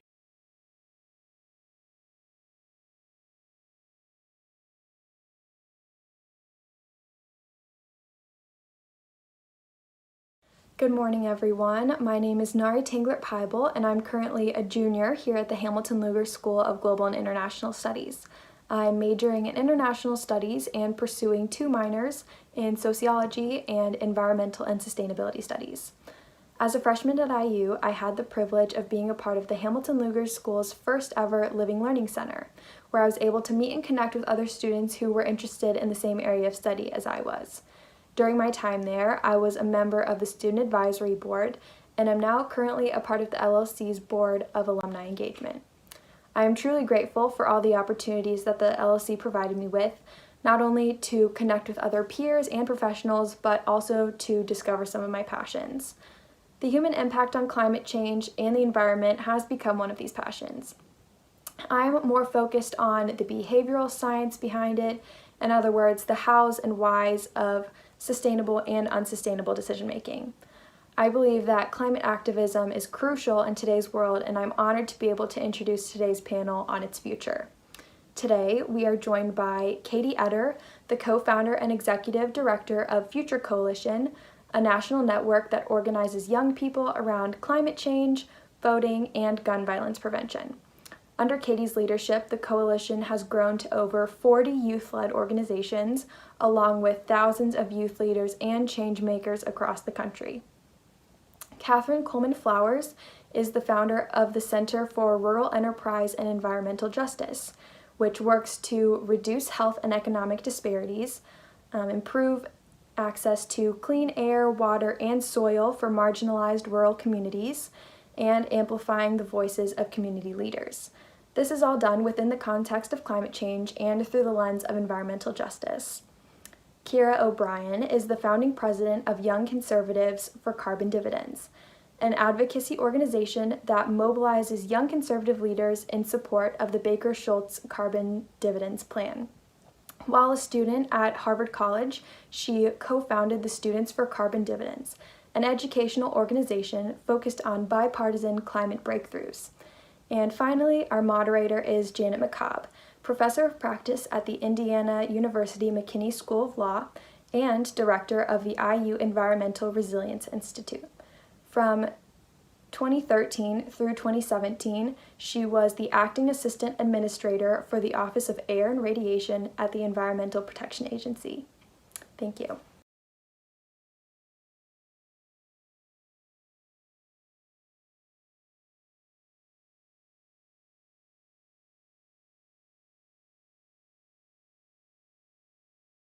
Much for joining us. We're just thrilled to be part of this conference. I'm thrilled to be here with 3 amazing people whose first names all start with the hard C sound. So that's a good day when that happens.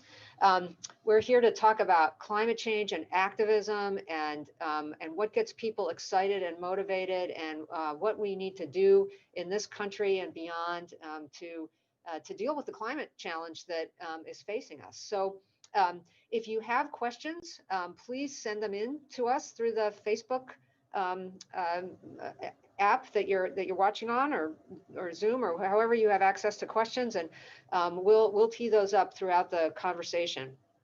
So I'd like to start. You've heard a little bit about our guests, but I'd like to ask each of them to just give us a few minutes about how they got started in the work that they're doing. And I'll start with, just randomly, I'll start with Kira.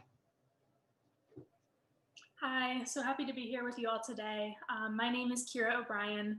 I'm 22 years old. I just graduated from Harvard University this spring, and I was born and raised in southern Southeast Alaska in the middle of the Tongass National Rainforest. Growing up in Alaska, it's such a different place from the East Coast, as you might expect. It's also much more exposed. So I was able to witness climate change as it was happening in my backyard. And so that's what first got me interested in climate and what was happening to our world around us.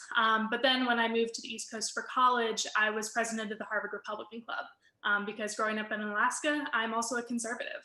And so for me, my climate activism and how I got involved is meshing the two worlds that make me who I am, my conservative values, and my home in Alaska, where I saw climate firsthand. Great, great. Catherine, how about you? Oh, you're on mute. Hello, good morning. Thank you for this opportunity. My name is Catherine Coleman Flowers. I'm from Lowndes County, Alabama, which is located between Selma and Montgomery. Most of my experience has taken me to places around the country, but eventually I came back to this area. I currently live in Montgomery. I am the Rural Development Manager for the Equal Justice Initiative, and I also work as I'm the founder and director of the Center for Rural Enterprise and Environmental Justice. What has brought me to this place is that I have lived long enough to see the changes that have taken place here in my own area. I used to teach geography, and in teaching geography, we talked about place, and we talked about the type of plants, the type of animals that lived in certain types of climates. And I've lived long enough to see the changes in the climate. I have outside of my house right now 2 palm trees that when I first moved here, I had to cover them every winter to make sure that they survive. I don't have to do that anymore. So those are live examples. And I work at the intersection of climate change and environmental justice. Great, we'll get into that more. I know we will. All right, and Katie, last but definitely not least. Yeah, thank you so much. I would say my kind of origin story of getting involved in climate change, I took a class when I was in 6th grade, and I'm 21 now, so that was about 11 years ago. I took a class called Environmental Detectives, and it was, we read Inconvenient Truth by Al Gore, and that for me was very eye-opening because I think it was really the first time I had really heard about and understood an issue to be larger than one community or one country, and really this existential threat that was facing the planet and humanity.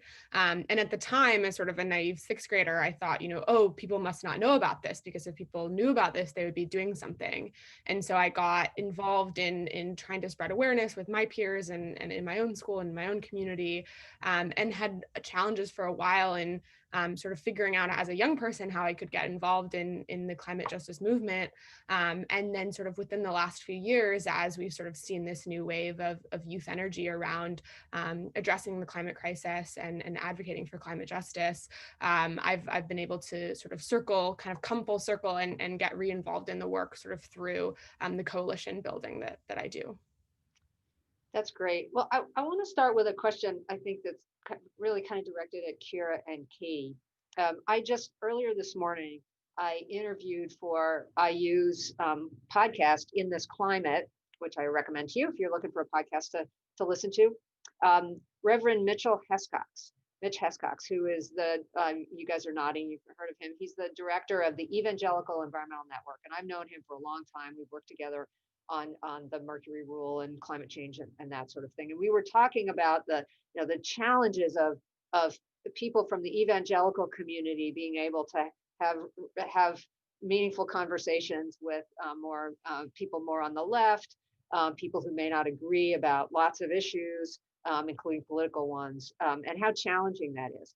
So with young people who are just so incredibly important to working on moving us in the right direction on climate change, we're seeing groups, Kira, young conservatives, young Republicans, who are really getting active, and then there are lots of activists who probably would not consider themselves conservatives or Republicans. So do the people your age in your group, do you have those same challenges talking to each other that older people seem to? I can start with that. In my experience, climate is very much a generational issue. There's a lot of consensus among young people about the science, at least what's happening. I find the more difficult and interesting conversations come when we start to talk about solutions. And honestly, I'm just very happy that we've come to a point where we're having conversations about solutions. And I think what you're describing among the older folks speaks to the unique coalition building that needs to happen to get all sides to the table on this issue. Because there's a great misconception about climate as a partisan issue, when it's really, it has to be a multi-party, everyone involved issue if we're going to actually find solutions that stick.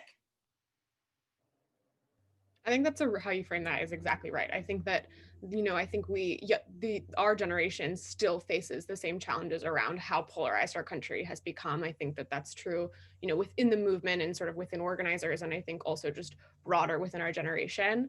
But I think there is something different with our generation than we've seen with sort of older folks. And I think it, as Kira said, I think it really is, the bottom of it is we don't need to debate that this is a problem. It's just, how are we going to address it?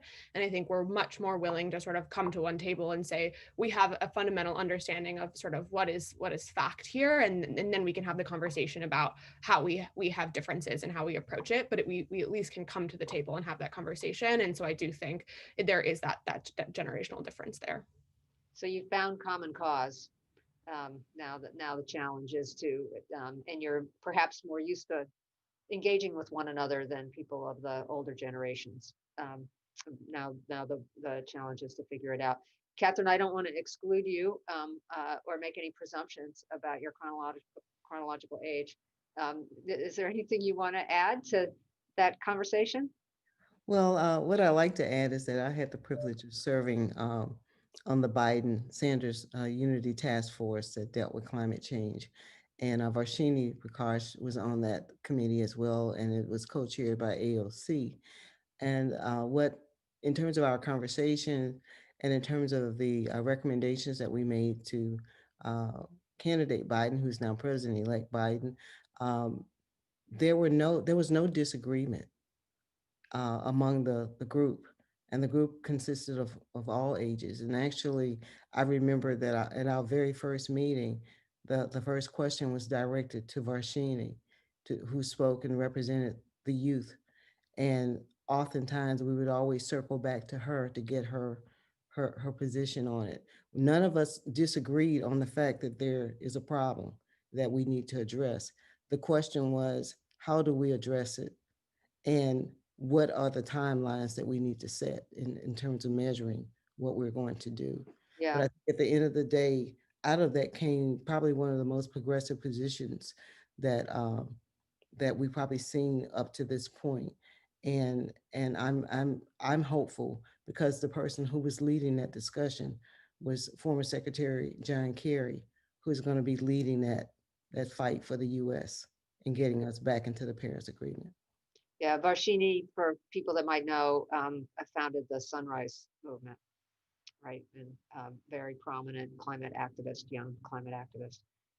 I do want to get to what I think is on everybody's mind, which is what happens next? What can we get done? What can the incoming administration get done? But I want to, before going there, I want to put environmental justice squarely on the table for us.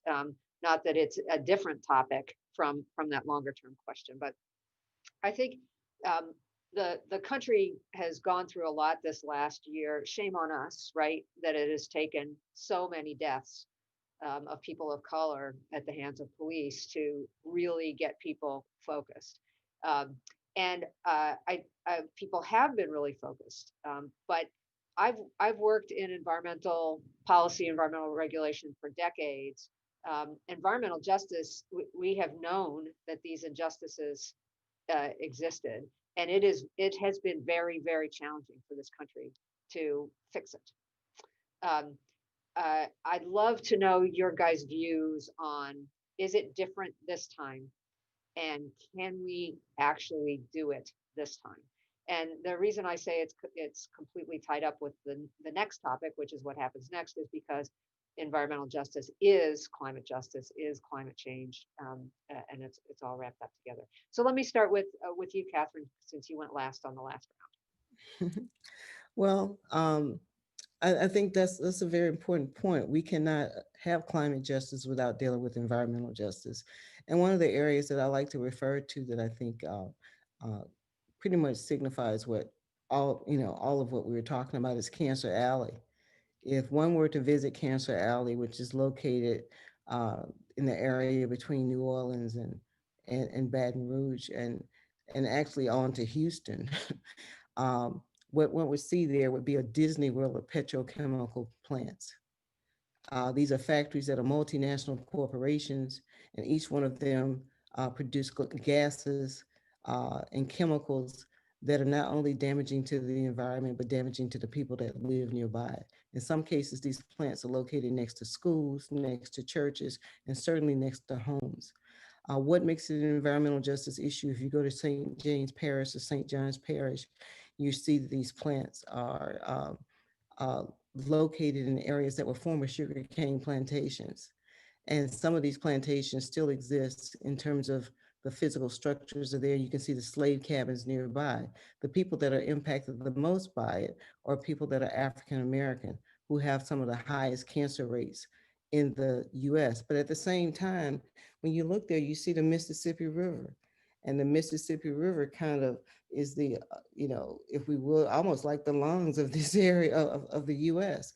And the river is actually up higher than the area around there.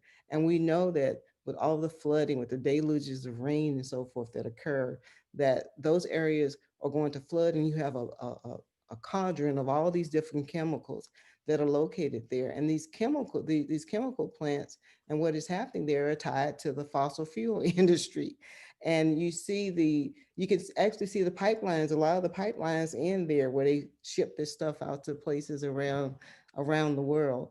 But the local people are suffering. They're suffering from all of the illnesses associated with it. There's degradation of the land. Louisiana is losing at least 1 football field a day of land to sea level rise. And we see this around the country, but the areas that are impacted the most right now are these environmental justice communities. They're dealing with environmental justice issues that have existed for a long time because they cite these plants in areas where people are not listened to, people that have been marginalized. But at the same time, you see, especially in Cancer Alley and places like that, Alaska is another example. You see the degradation is happening to the environment, but it's also having an impact on people. Then the last thing I want to mention are the storms. When the storms that come, a lot of people are debating whether or not these storms are related to climate change. Well, I'm not speaking as a scientist, but I'm speaking as a person who's lived a long time to see that these storms have gotten worse and they're bigger. And they're so big, in fact, that when a storm hits Lake Charles, Louisiana, we feel it here in Montgomery, Alabama. When Delta came through, I had to literally be in my hallway because they tell you to have have as many walls between you and the outside as possible when these winds start blowing. And it was so bad that this is the worst I've ever felt. We had hurricane force winds that came off the Gulf, hit Louisiana, but we had hurricane force winds here in Montgomery, Alabama. So yes, we have to do something about this. And these environmental justice communities are suffering right now. Yeah. So Kira, have we seen a sea change? Yeah, I think kind of going off what Catherine just mentioned, I think there needs to be a greater focus on localizing the impacts of climate because that's what makes it personal, that's what makes it real to people. One thing that I find in discussions with folks, particularly older folks on the right about climate, is there's this impression that this is a far off problem that is happening elsewhere. And that's not the reality of this. And growing up in Alaska, I absolutely saw that. My early memory of climate change is I'm on an island at home. And so I was looking out over the ocean, and the ocean had turned this fantastic Caribbean blue. In Alaska, it's supposed to be like a kind of steel gray. And I just remember thinking, this is so beautiful, but so wrong. And just a couple weeks later, that was confirmed. It was an algal bloom. And then, of course, when that ceased, it killed off a bunch of the fish and kind of messed up the ecosystem. All of these localities are so delicate, and our way of life is very fragile when we think about it. And so that's what I think is important about centering these conversations around the local communities. There are villages in Alaska that are basically doomed, right? The erosion is so significant that people can't live there now or soon will not be able to live there. There have been some efforts to move entire villages in Alaska, which is not a small undertaking, but a necessary one when your infrastructure falls out. Yeah, and I mean, you guys were sort of the canaries for the country, and now we're seeing this sort of thing in along the coast, and the wildfires in California, same thing. Places are becoming uninhabitable, and it's really coming into people's lives. Well, Katie, how about you? Are we awoke enough that we're actually going to change some things here and really focus on environmental justice and understand it better?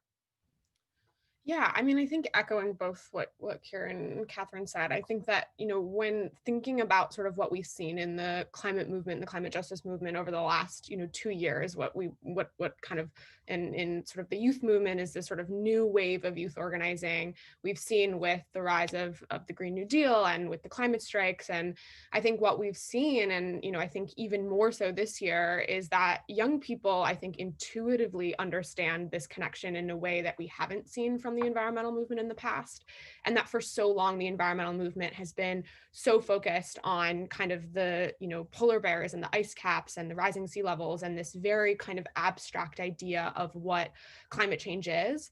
And I think what young people have brought to the table, and I think what this conversation about how sort of injustice and racism in this country and systems of oppression in this country are linked to climate change, really bring us back to that climate change is a people's issue first and foremost. And the planet will be fine, right? If climate change becomes as worse as it can be, it's not gonna, the planet will survive. It's very strong. It's us as people that we won't be able to. And when we really bring it back to the ground, I think that's when we can localize it, and we do tell the stories of the individuals that are on the front lines. And I think, as I said, I think the other thing is that it's really important. And I think what this year has, I think, disrupted in a really good way in sort of what has been this environmental movement and many of the, larger sort of environmental groups that have been around for so long, is this, at the bottom line, the root causes of systems of oppression in this country are also the root causes of climate change and the root causes of environmental justice crises across the country. And once we can acknowledge that, once we can acknowledge that these problems are so intrinsically linked, then we can come up with solutions that are able to address them across the board. And I think we're at that place in a way now than we haven't ever been before. And I think it, is to the credit of leaders of Movement for Black Lives and many other justice movements in this country and around the world that have really stood up and said, we cannot talk about climate change without talking about racism. We cannot talk about climate change without talking about immigration. And I think once we're able to look at climate change at the scale of the issue that it is touching all of these, different pillars of society and affecting, people in so many different ways, then we can come up with the solutions that are able to address the problem at the scale that it needs to. Yeah, I think that's really well put. Well, let's look ahead now. I've been trying to think about how I should phrase this question. If you were giving advice to the president-elect, the vice president-elect, what would be your top things for them to do, or what do you think are the most important things for the country to focus on? So I'll just let you guys loose to talk about what you see coming and what you'd like to see coming and how we get there in the next year and then the next 4 years. Let's start with you, Kira. Sure. Yeah, my number one issue, what I advocate for at Young Conservatives for Carbon Dividends, is a revenue neutral price on carbon. And just the fact that my organization exists and has the support that it does demonstrates the bipartisan efficacy of a plan like that. So I think that would be the number one thing that a Biden administration should focus on. There's been a lot of these efforts to weigh the magnitude of a climate plan in a dollar price tag. But I disagree with that in a lot of ways because there's a lot of investments that need to be made, but there are also things that we can do that are revenue neutral. Pricing carbon is one of those things that would allow us to reduce emissions at a much greater scale than we have in the past and has bipartisan potential in a way that a lot of other programs do not. How do we get there? I mean, people are saying that sort of regardless what happens with the Georgia Senate races, that the legislation is just going to be super hard. Can we do it? Is there enough support to do it? Yeah. I think we can do it. Yeah. Contact your members of Congress. Also start local. Start with your state legislature. We have people across the country who are organizing on the ground in support of this plan on the right and on the left. And particularly young people. This plan is endorsed by economists across the country, including Janet Yellen, who is hopefully soon to be the Treasury Secretary. So there are people in high places who support plans like this, but the grassroots effort is what's going to bring it home. Okay, great.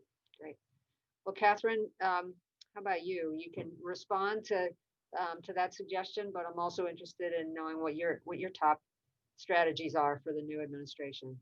Well, I think that the new administration, first of all, I think we need to get back into the Paris Agreement.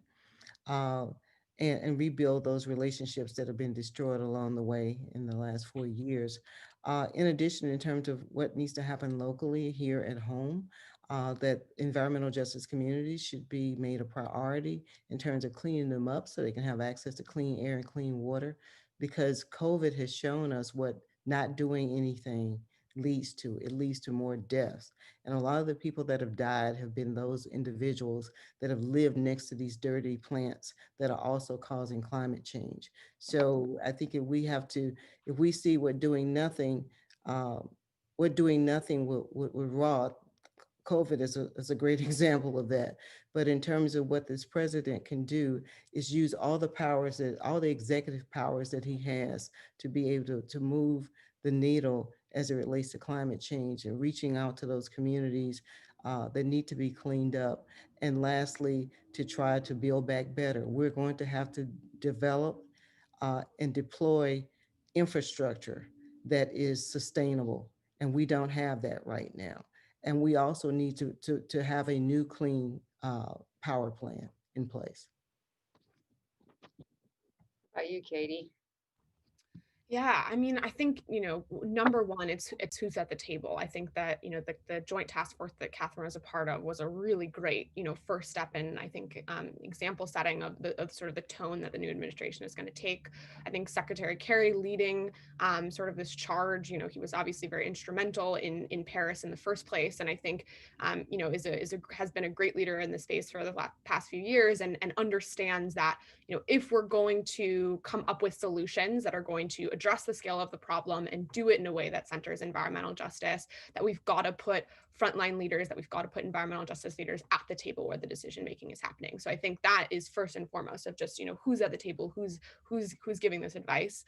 And then I think, as Catherine said, it's really, the Biden administration is going to be posed with a very big challenge to recover this country from COVID.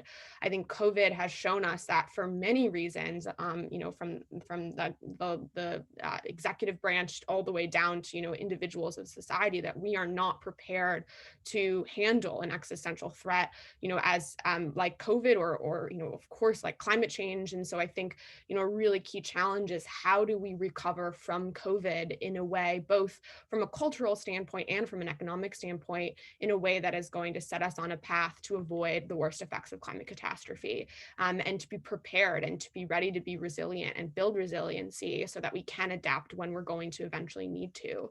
I think that, obviously what's happening with the Senate is still up in the air. There are a lot of actions that, the Biden administration can take starting day one. There's a great site I recommend everyone check out, climatepresident.org, that was built with a number of movement leaders that sort of walks through all of the various ways that the Biden administration could take action starting day one to end the building of new fossil fuel infrastructure and leasing.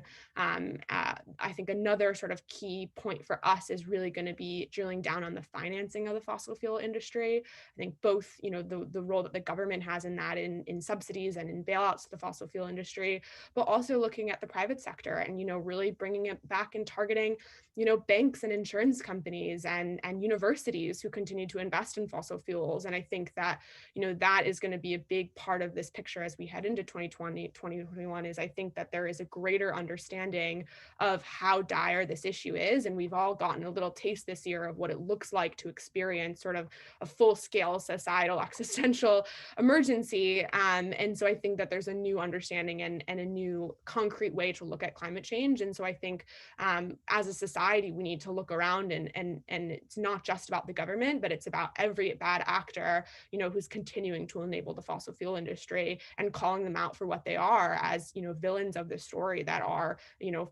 funding and continuing to enable the destruction of our future. And so I think it's also sort of zooming out and looking at a really holistic approach to how we address this moving forward.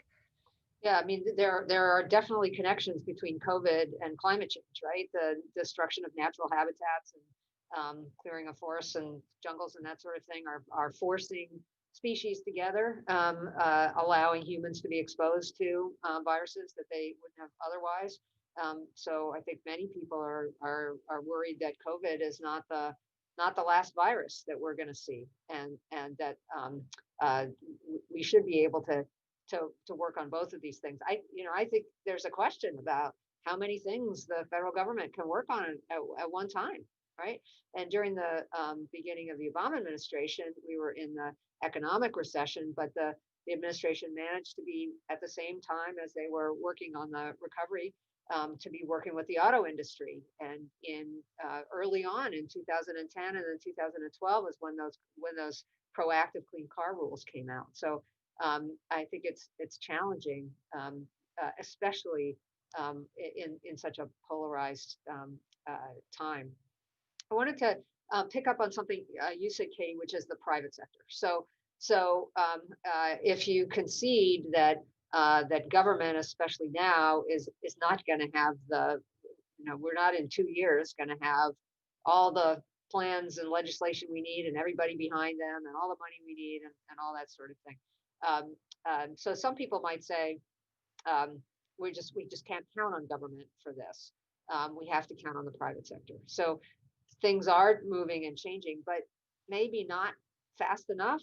How do you guys see that moving forward? How do you see the roles of your organizations when we're talking about the private sector, whether it's manufacturing or power sector or the financial sector? I'm really curious about this. Kara, what kinds of interactions does your group have with people on the private side, and especially since you're espousing a very particular solution here?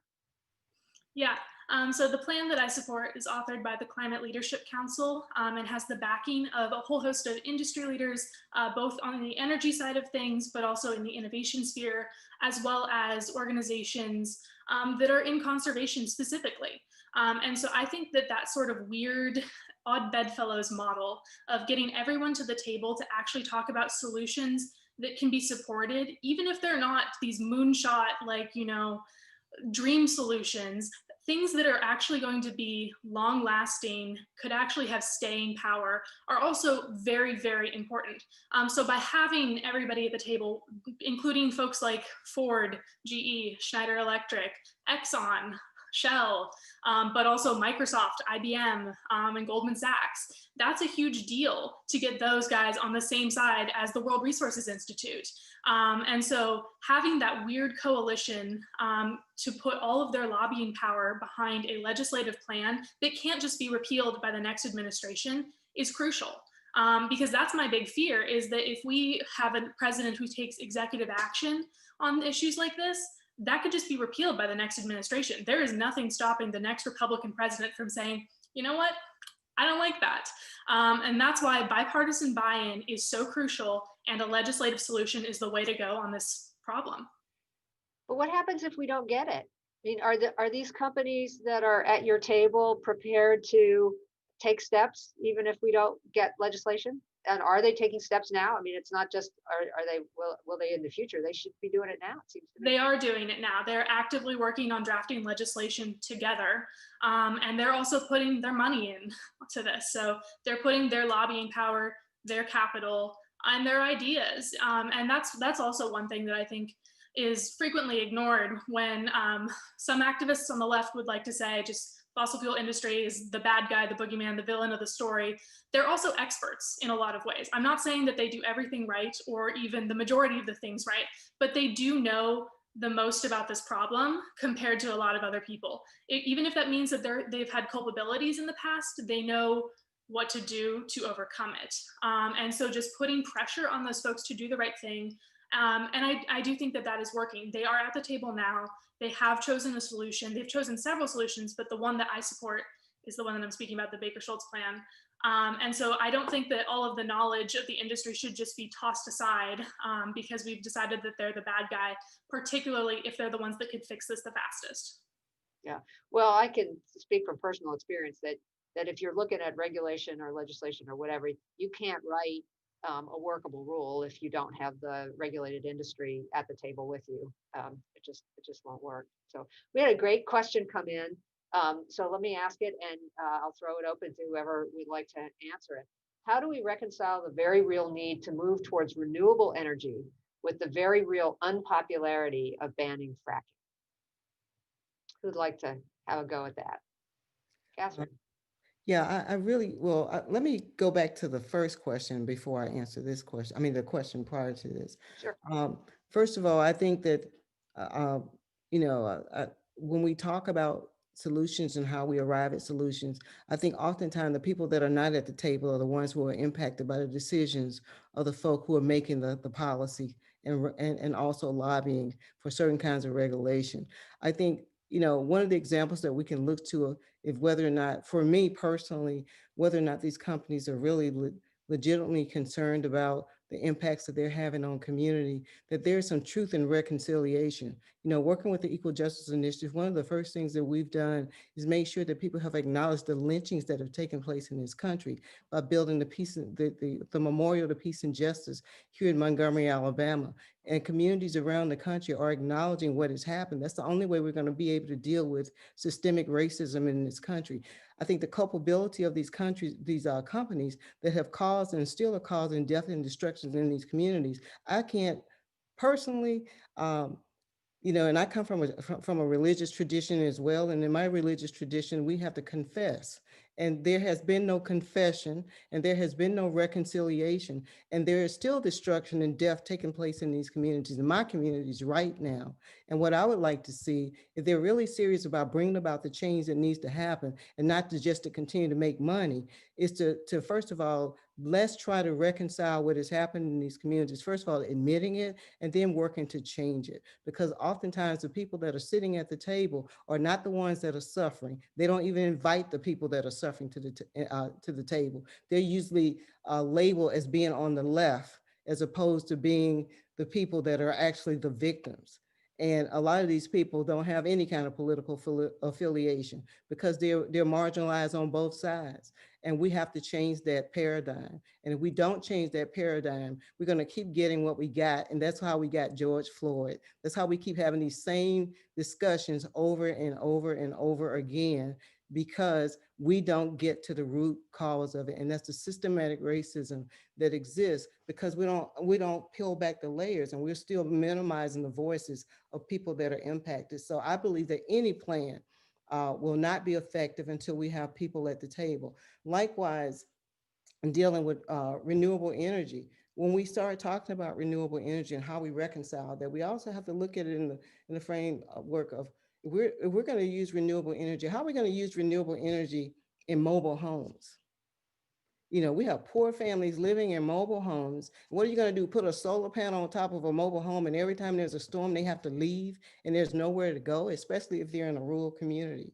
So I think that we gotta come up with plans that don't leave out a whole lot of the United States. And a lot of the US is actually rural in terms of land area. is rural and unincorporated, and we have to have plans in place to make sure it makes sense. And we're going to have to address, and maybe one of the roles that the companies can play in this is make sure that there's investment in these communities so people can have sustainable housing, especially communities where they've gone in and raped the property. In the case of West Virginia, where I've seen with with fracking, for an example, people were complaining when we went there about they can light their water and it would burn. So if we're going to move in those directions, we need to rectify what we've done. How do you put a top back on a mountain when it's been blown off? I mean, these some of the kinds of things that I've seen. It's nowhere in the world. It would be like letting loose the devil in the Garden of Eden, and they just decided to destroy everything. And that is what is happening. And we got to come up with some kind of balance here, where the ecosystem is not disturbed or restored, and at the same time making sure that the people that have been marginalized, have been exploited, whose labor has been taken from them and not been paid for, their communities have been destroyed. There's one community, go back down to Cancer Alley, where the company that's there, the fossil fuel related company that's there, actually has bought the property where the community's graveyard is. They got to get permission from them to even go visit their dead. So a lot of these things don't make sense, and they don't reconcile with any kind of religious tradition that I know about. So we're going to have some balance there. And the way we reconcile that, I think eventually we're going to have to move away from fracking. And I think that we have the technology, the know-how, well, maybe not the technology, but the know-how to come up with concrete plans. And some of the things that we're doing now, I've been in this world for 62 years. They don't work, and they won't work 20 years or 60 years into the future. We got to come up with some things that's going to work. Yeah. And put people at the center. People at the center, yeah. Very, very powerful. Katie, Kira, do you want to take a whack at the fracking renewable energy question? I will circle back, and I just want to add one thing on this point really quickly, is that, when talking with a lot of our sort of colleagues internationally, young people that are working in this movement internationally, in other countries outside of the US, there's a much greater understanding around sort of the public narrative of the climate crisis, that it's caused by the fossil fuel industry. People understand that the fossil fuel industry means the oil and gas industry. And because of that, we see more action, and the private sector moves in greater ways. Australia, I think, is a really great example, where a lot of the public narrative around the climate crisis is very much tied to oil and gas and coal. And so banks have stopped financing coal projects because movement organizers have done such a great job at pressuring them and really getting the public to remove the social license of banks when they're continuing to enable sort of what is destroying our planet. And I think what is so needed in the United States, and I really hope in 2021 that we're able to do, is changing the narrative of how we tell the story about the climate crisis. And for the last 3 decades, the story of the climate crisis has been controlled by the fossil fuel industry. I respectfully disagree strongly that the fossil fuel industry should not be at the table when we're talking about what to do, or how do we address this problem, because they've known about Exxon has known about the climate crisis starting in the 1970s, which is before most of us even knew what global warming was, and they have poured millions of dollars into covering it up and changing the story and trying to control this sort of narrative about who is responsible. And so I think so much of what we need to do is change how we talk about the climate crisis. It's not about our own personal impact, and it's not about each of us contributing equally. One person is not going to be able to solve this problem by not flying or not driving or doing XYZ. It has to be a systems change, and that system change needs to start with identifying that the fossil fuel industry is the root cause of this problem, and it must end. We have to see an end to fossil fuels. There's no but, what, if, and that goes for fracking too. I think during the debate when Kamala said many times, kind of made everyone flinch a little bit. We're not banning fracking. Their AOC had tweeted, let's just be clear, fracking is bad. Fracking is bad. That is not, it is not, there's no way around it. We have to see an end to fossil fuels. Now we have to do it in a just way. We have to make sure that we're transitioning in a way that's, creating jobs, that's training workers, that's, making sure that, we're going to continue to stimulate the economy. But, there's no way around it. We need to see an end to fossil fuels. And that means that the fossil fuel industry, everyone, all players in society, whether it's, the government or, the private sector, needs to stop enabling them, whether they're doing that through permits and loans from the government or, of financing or insuring new projects from, banks and insurance companies, continue to invest from asset managers and universities and other private institutions. All of us need to, end that enablement. And I think what is different now than what has been true in the past is, the movement in the past has been so focused on the moral argument, right? This is bad, this is immoral, this is unethical, this is destroying our future. And it is clear that, people, fossil fuel industry and, many of folks in the private sector, that's not their priority. The moral, ethical, that's not their priority. It's profit. And now we're, now that we're in sort of the 2020s, we've approached a time where it's no longer as profitable to invest in fossil fuels as it is to many renewable energies. And so I think that's where we're going to see the difference, and where we're going to potentially see more action from the private sector, is that, from a fiscal standpoint, it's becoming and will become even more sustainable and lucrative to invest in these renewable energies and stop supporting financially the fossil fuel industry. Well, interestingly, we have a question from somebody who's listening, who says that Indiana has 86,000 clean energy jobs, which is about 5 times more than the amount of fossil fuel jobs in the state, which I think would surprise some people who think of Indiana as still being a coal state. But I've seen statistics like this many times, and I believe them to be generally accurate. And yet it seems like we still are working hard to convince people that, especially people who are in policymaking positions, that the transition away from fossil fuels actually is happening. Is there just is it a disconnect? Is it lack of information, or are politics just coloring everything here? Just to jump in about the renewable standards and kind of touch on that. If we actually want to drive the transition to renewables, we need to, I agree with Katie, have a complete system change. But the way to do that, I don't believe, is to moralize this even more. I mean, I do think there is a great moral case for action, but we also do need to speak the language of the folks that are making policy, that are making decisions. And that language is economics. So there's a very simple way to do this: price carbon. If you want to actually shift the incentive for fossil fuel companies to be making renewables, invest in renewables, or to support other companies that are making renewables now, you need to price carbon. You need to factor in the social cost of pollution, which is what that would do. So if you actually want to have a significant and permanent shift to renewables that is not going to be repealed by the next administration, pricing carbon is the way to go on that. So one of our listeners asked, what are the barriers and the opportunities in the near future for establishing a carbon tax or carbon fee as part of a federal strategy? So barriers and opportunities. Kira, do you want to start with that, and then we'll see what the others have to say? Yeah, I think the biggest barrier is the misconception that it's not politically viable. That's the first thing I hear from people who agree that there's a problem and that there should be solutions, but just kind of say, oh, it's a free market solution. That's not politically possible. And I strongly disagree with that. Things have changed so much. I've been doing this for 3 years now, and things have changed so much just in the 3 years that I've been involved.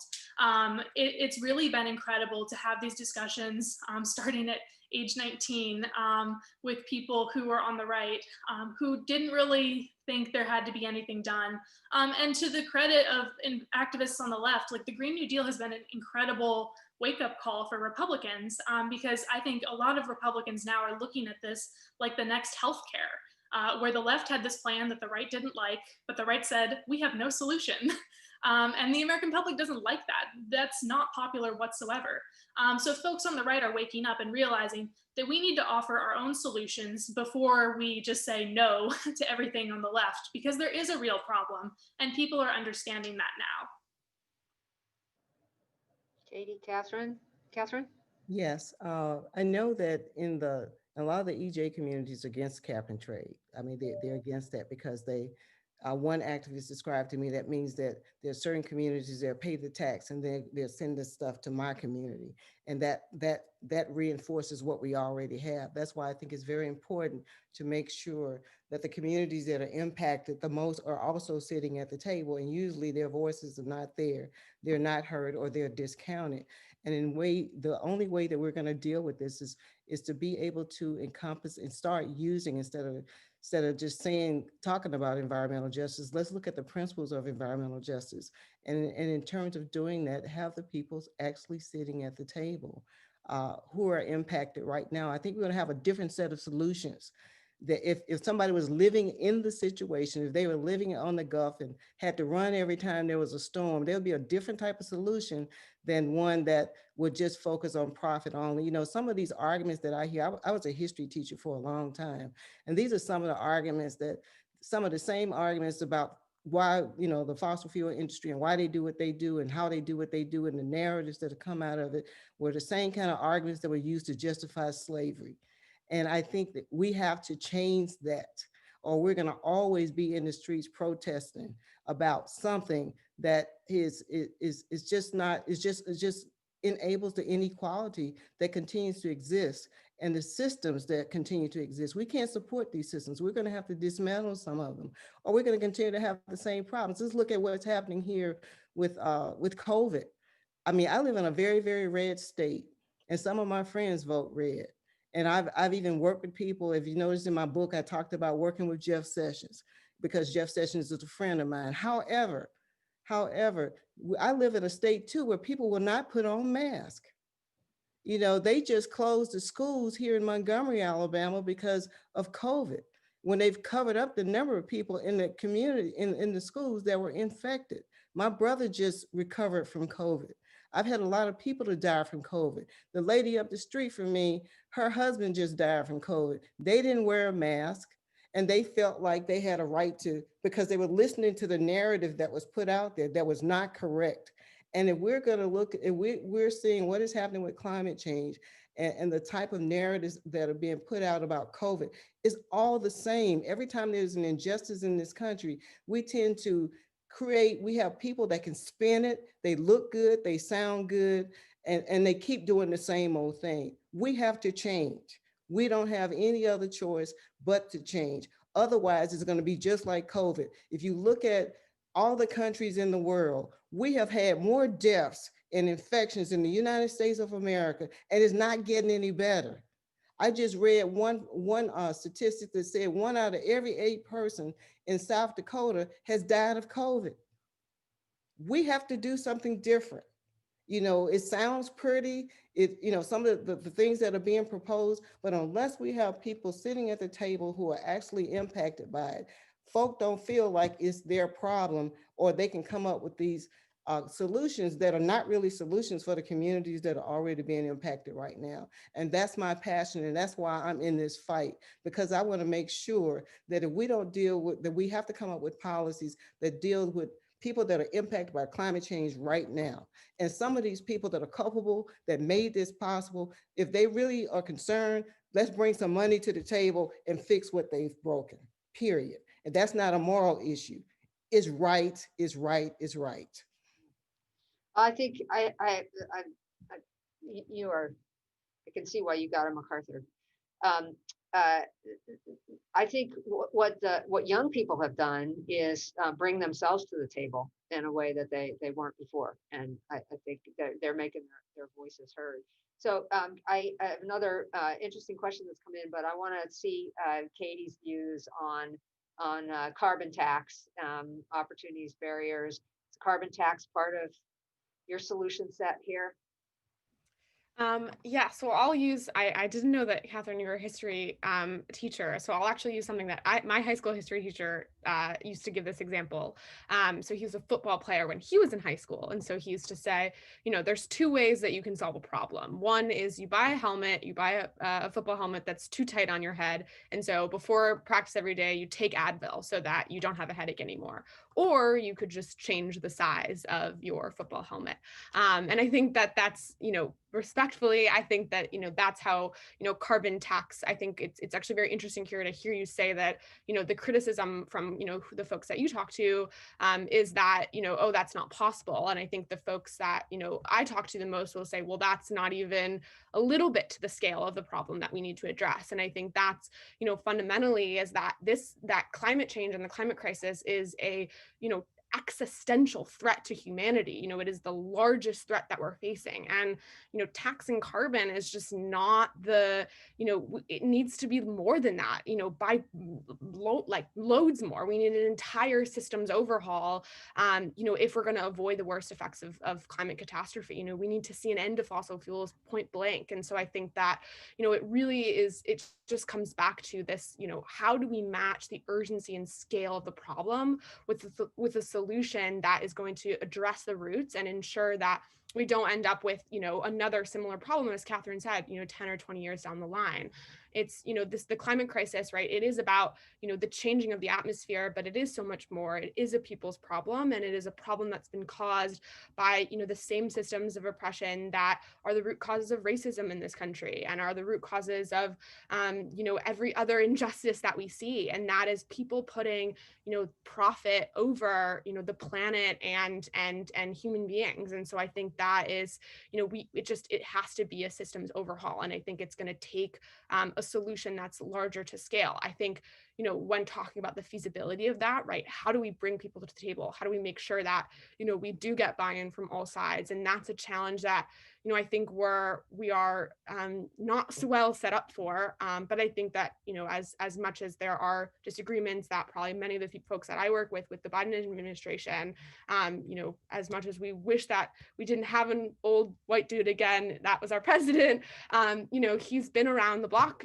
for a while. And so he has these relationships, and I think may be suited to, again, change this narrative, change this story, and, make the climate crisis something at least people agree on, so that we can start to have these conversations of not just like, oh, is this feasible or is this possible, but we have to do something. And now what do we do? This is a great panel because while there's a lot of things that you guys agree on, you don't agree on everything. And oftentimes on a panel, you just have everybody agreeing with everybody all over the place. And so but I think what it illustrates is that people come to these issues with all goodwill and all intent to find a solution here. It's really hard. And so we don't all agree the same. And to that point, Kira, a question came in that's directed towards you. And I think in Indiana, we're a heavily Republican state.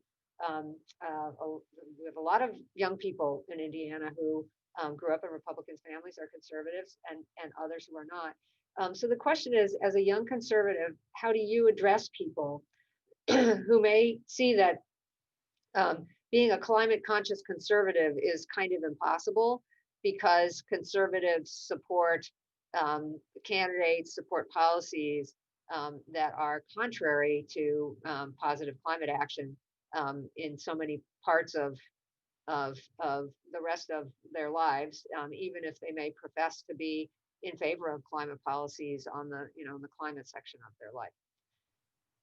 Yeah, so to answer that, I'm going to touch on a few things that came up in the previous comments, and then hopefully loop back around. First, the plan that I've been talking about is not cap and trade. That's Waxman-Markey, and it died in like 2008. So we're not talking about that anymore. We're talking about a business-backed free market climate solution.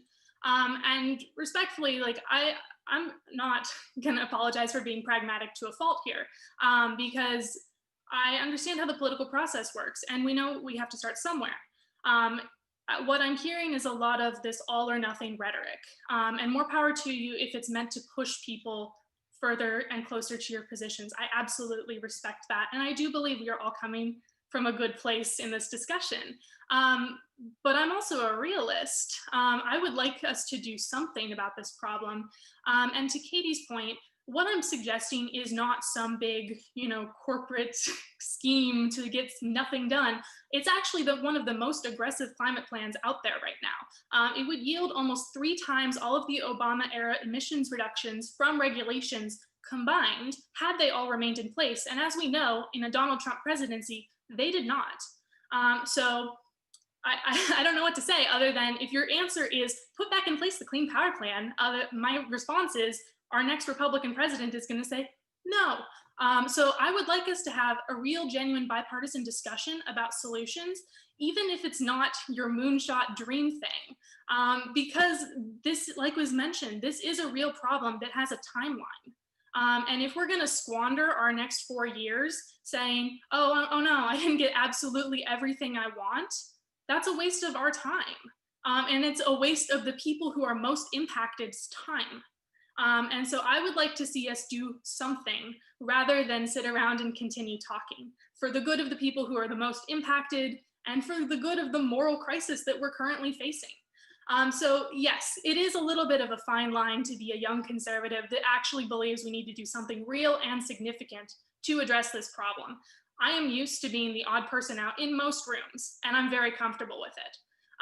Because I do believe that this is important enough. I have enough friends on my side who are also young conservatives who also support concrete, realistic, politically viable climate solutions. Well, I think we're going to actually have to leave it there because we're right up against the end of our session. I want to thank Catherine, Kira, and Katie for joining us today, but even more for the work that you're doing out in the community to help move the country forward in a positive direction. We need all of these voices. We need every good idea put on the table. I think I maybe fall in Katie's camp of we need it all. Let's bring it all forward, recognizing that, as you say, you have to be practical on some level too. But we need all those voices. So thank you all very, very much. And thanks to everybody for joining us and for your great questions. And we will wrap it up.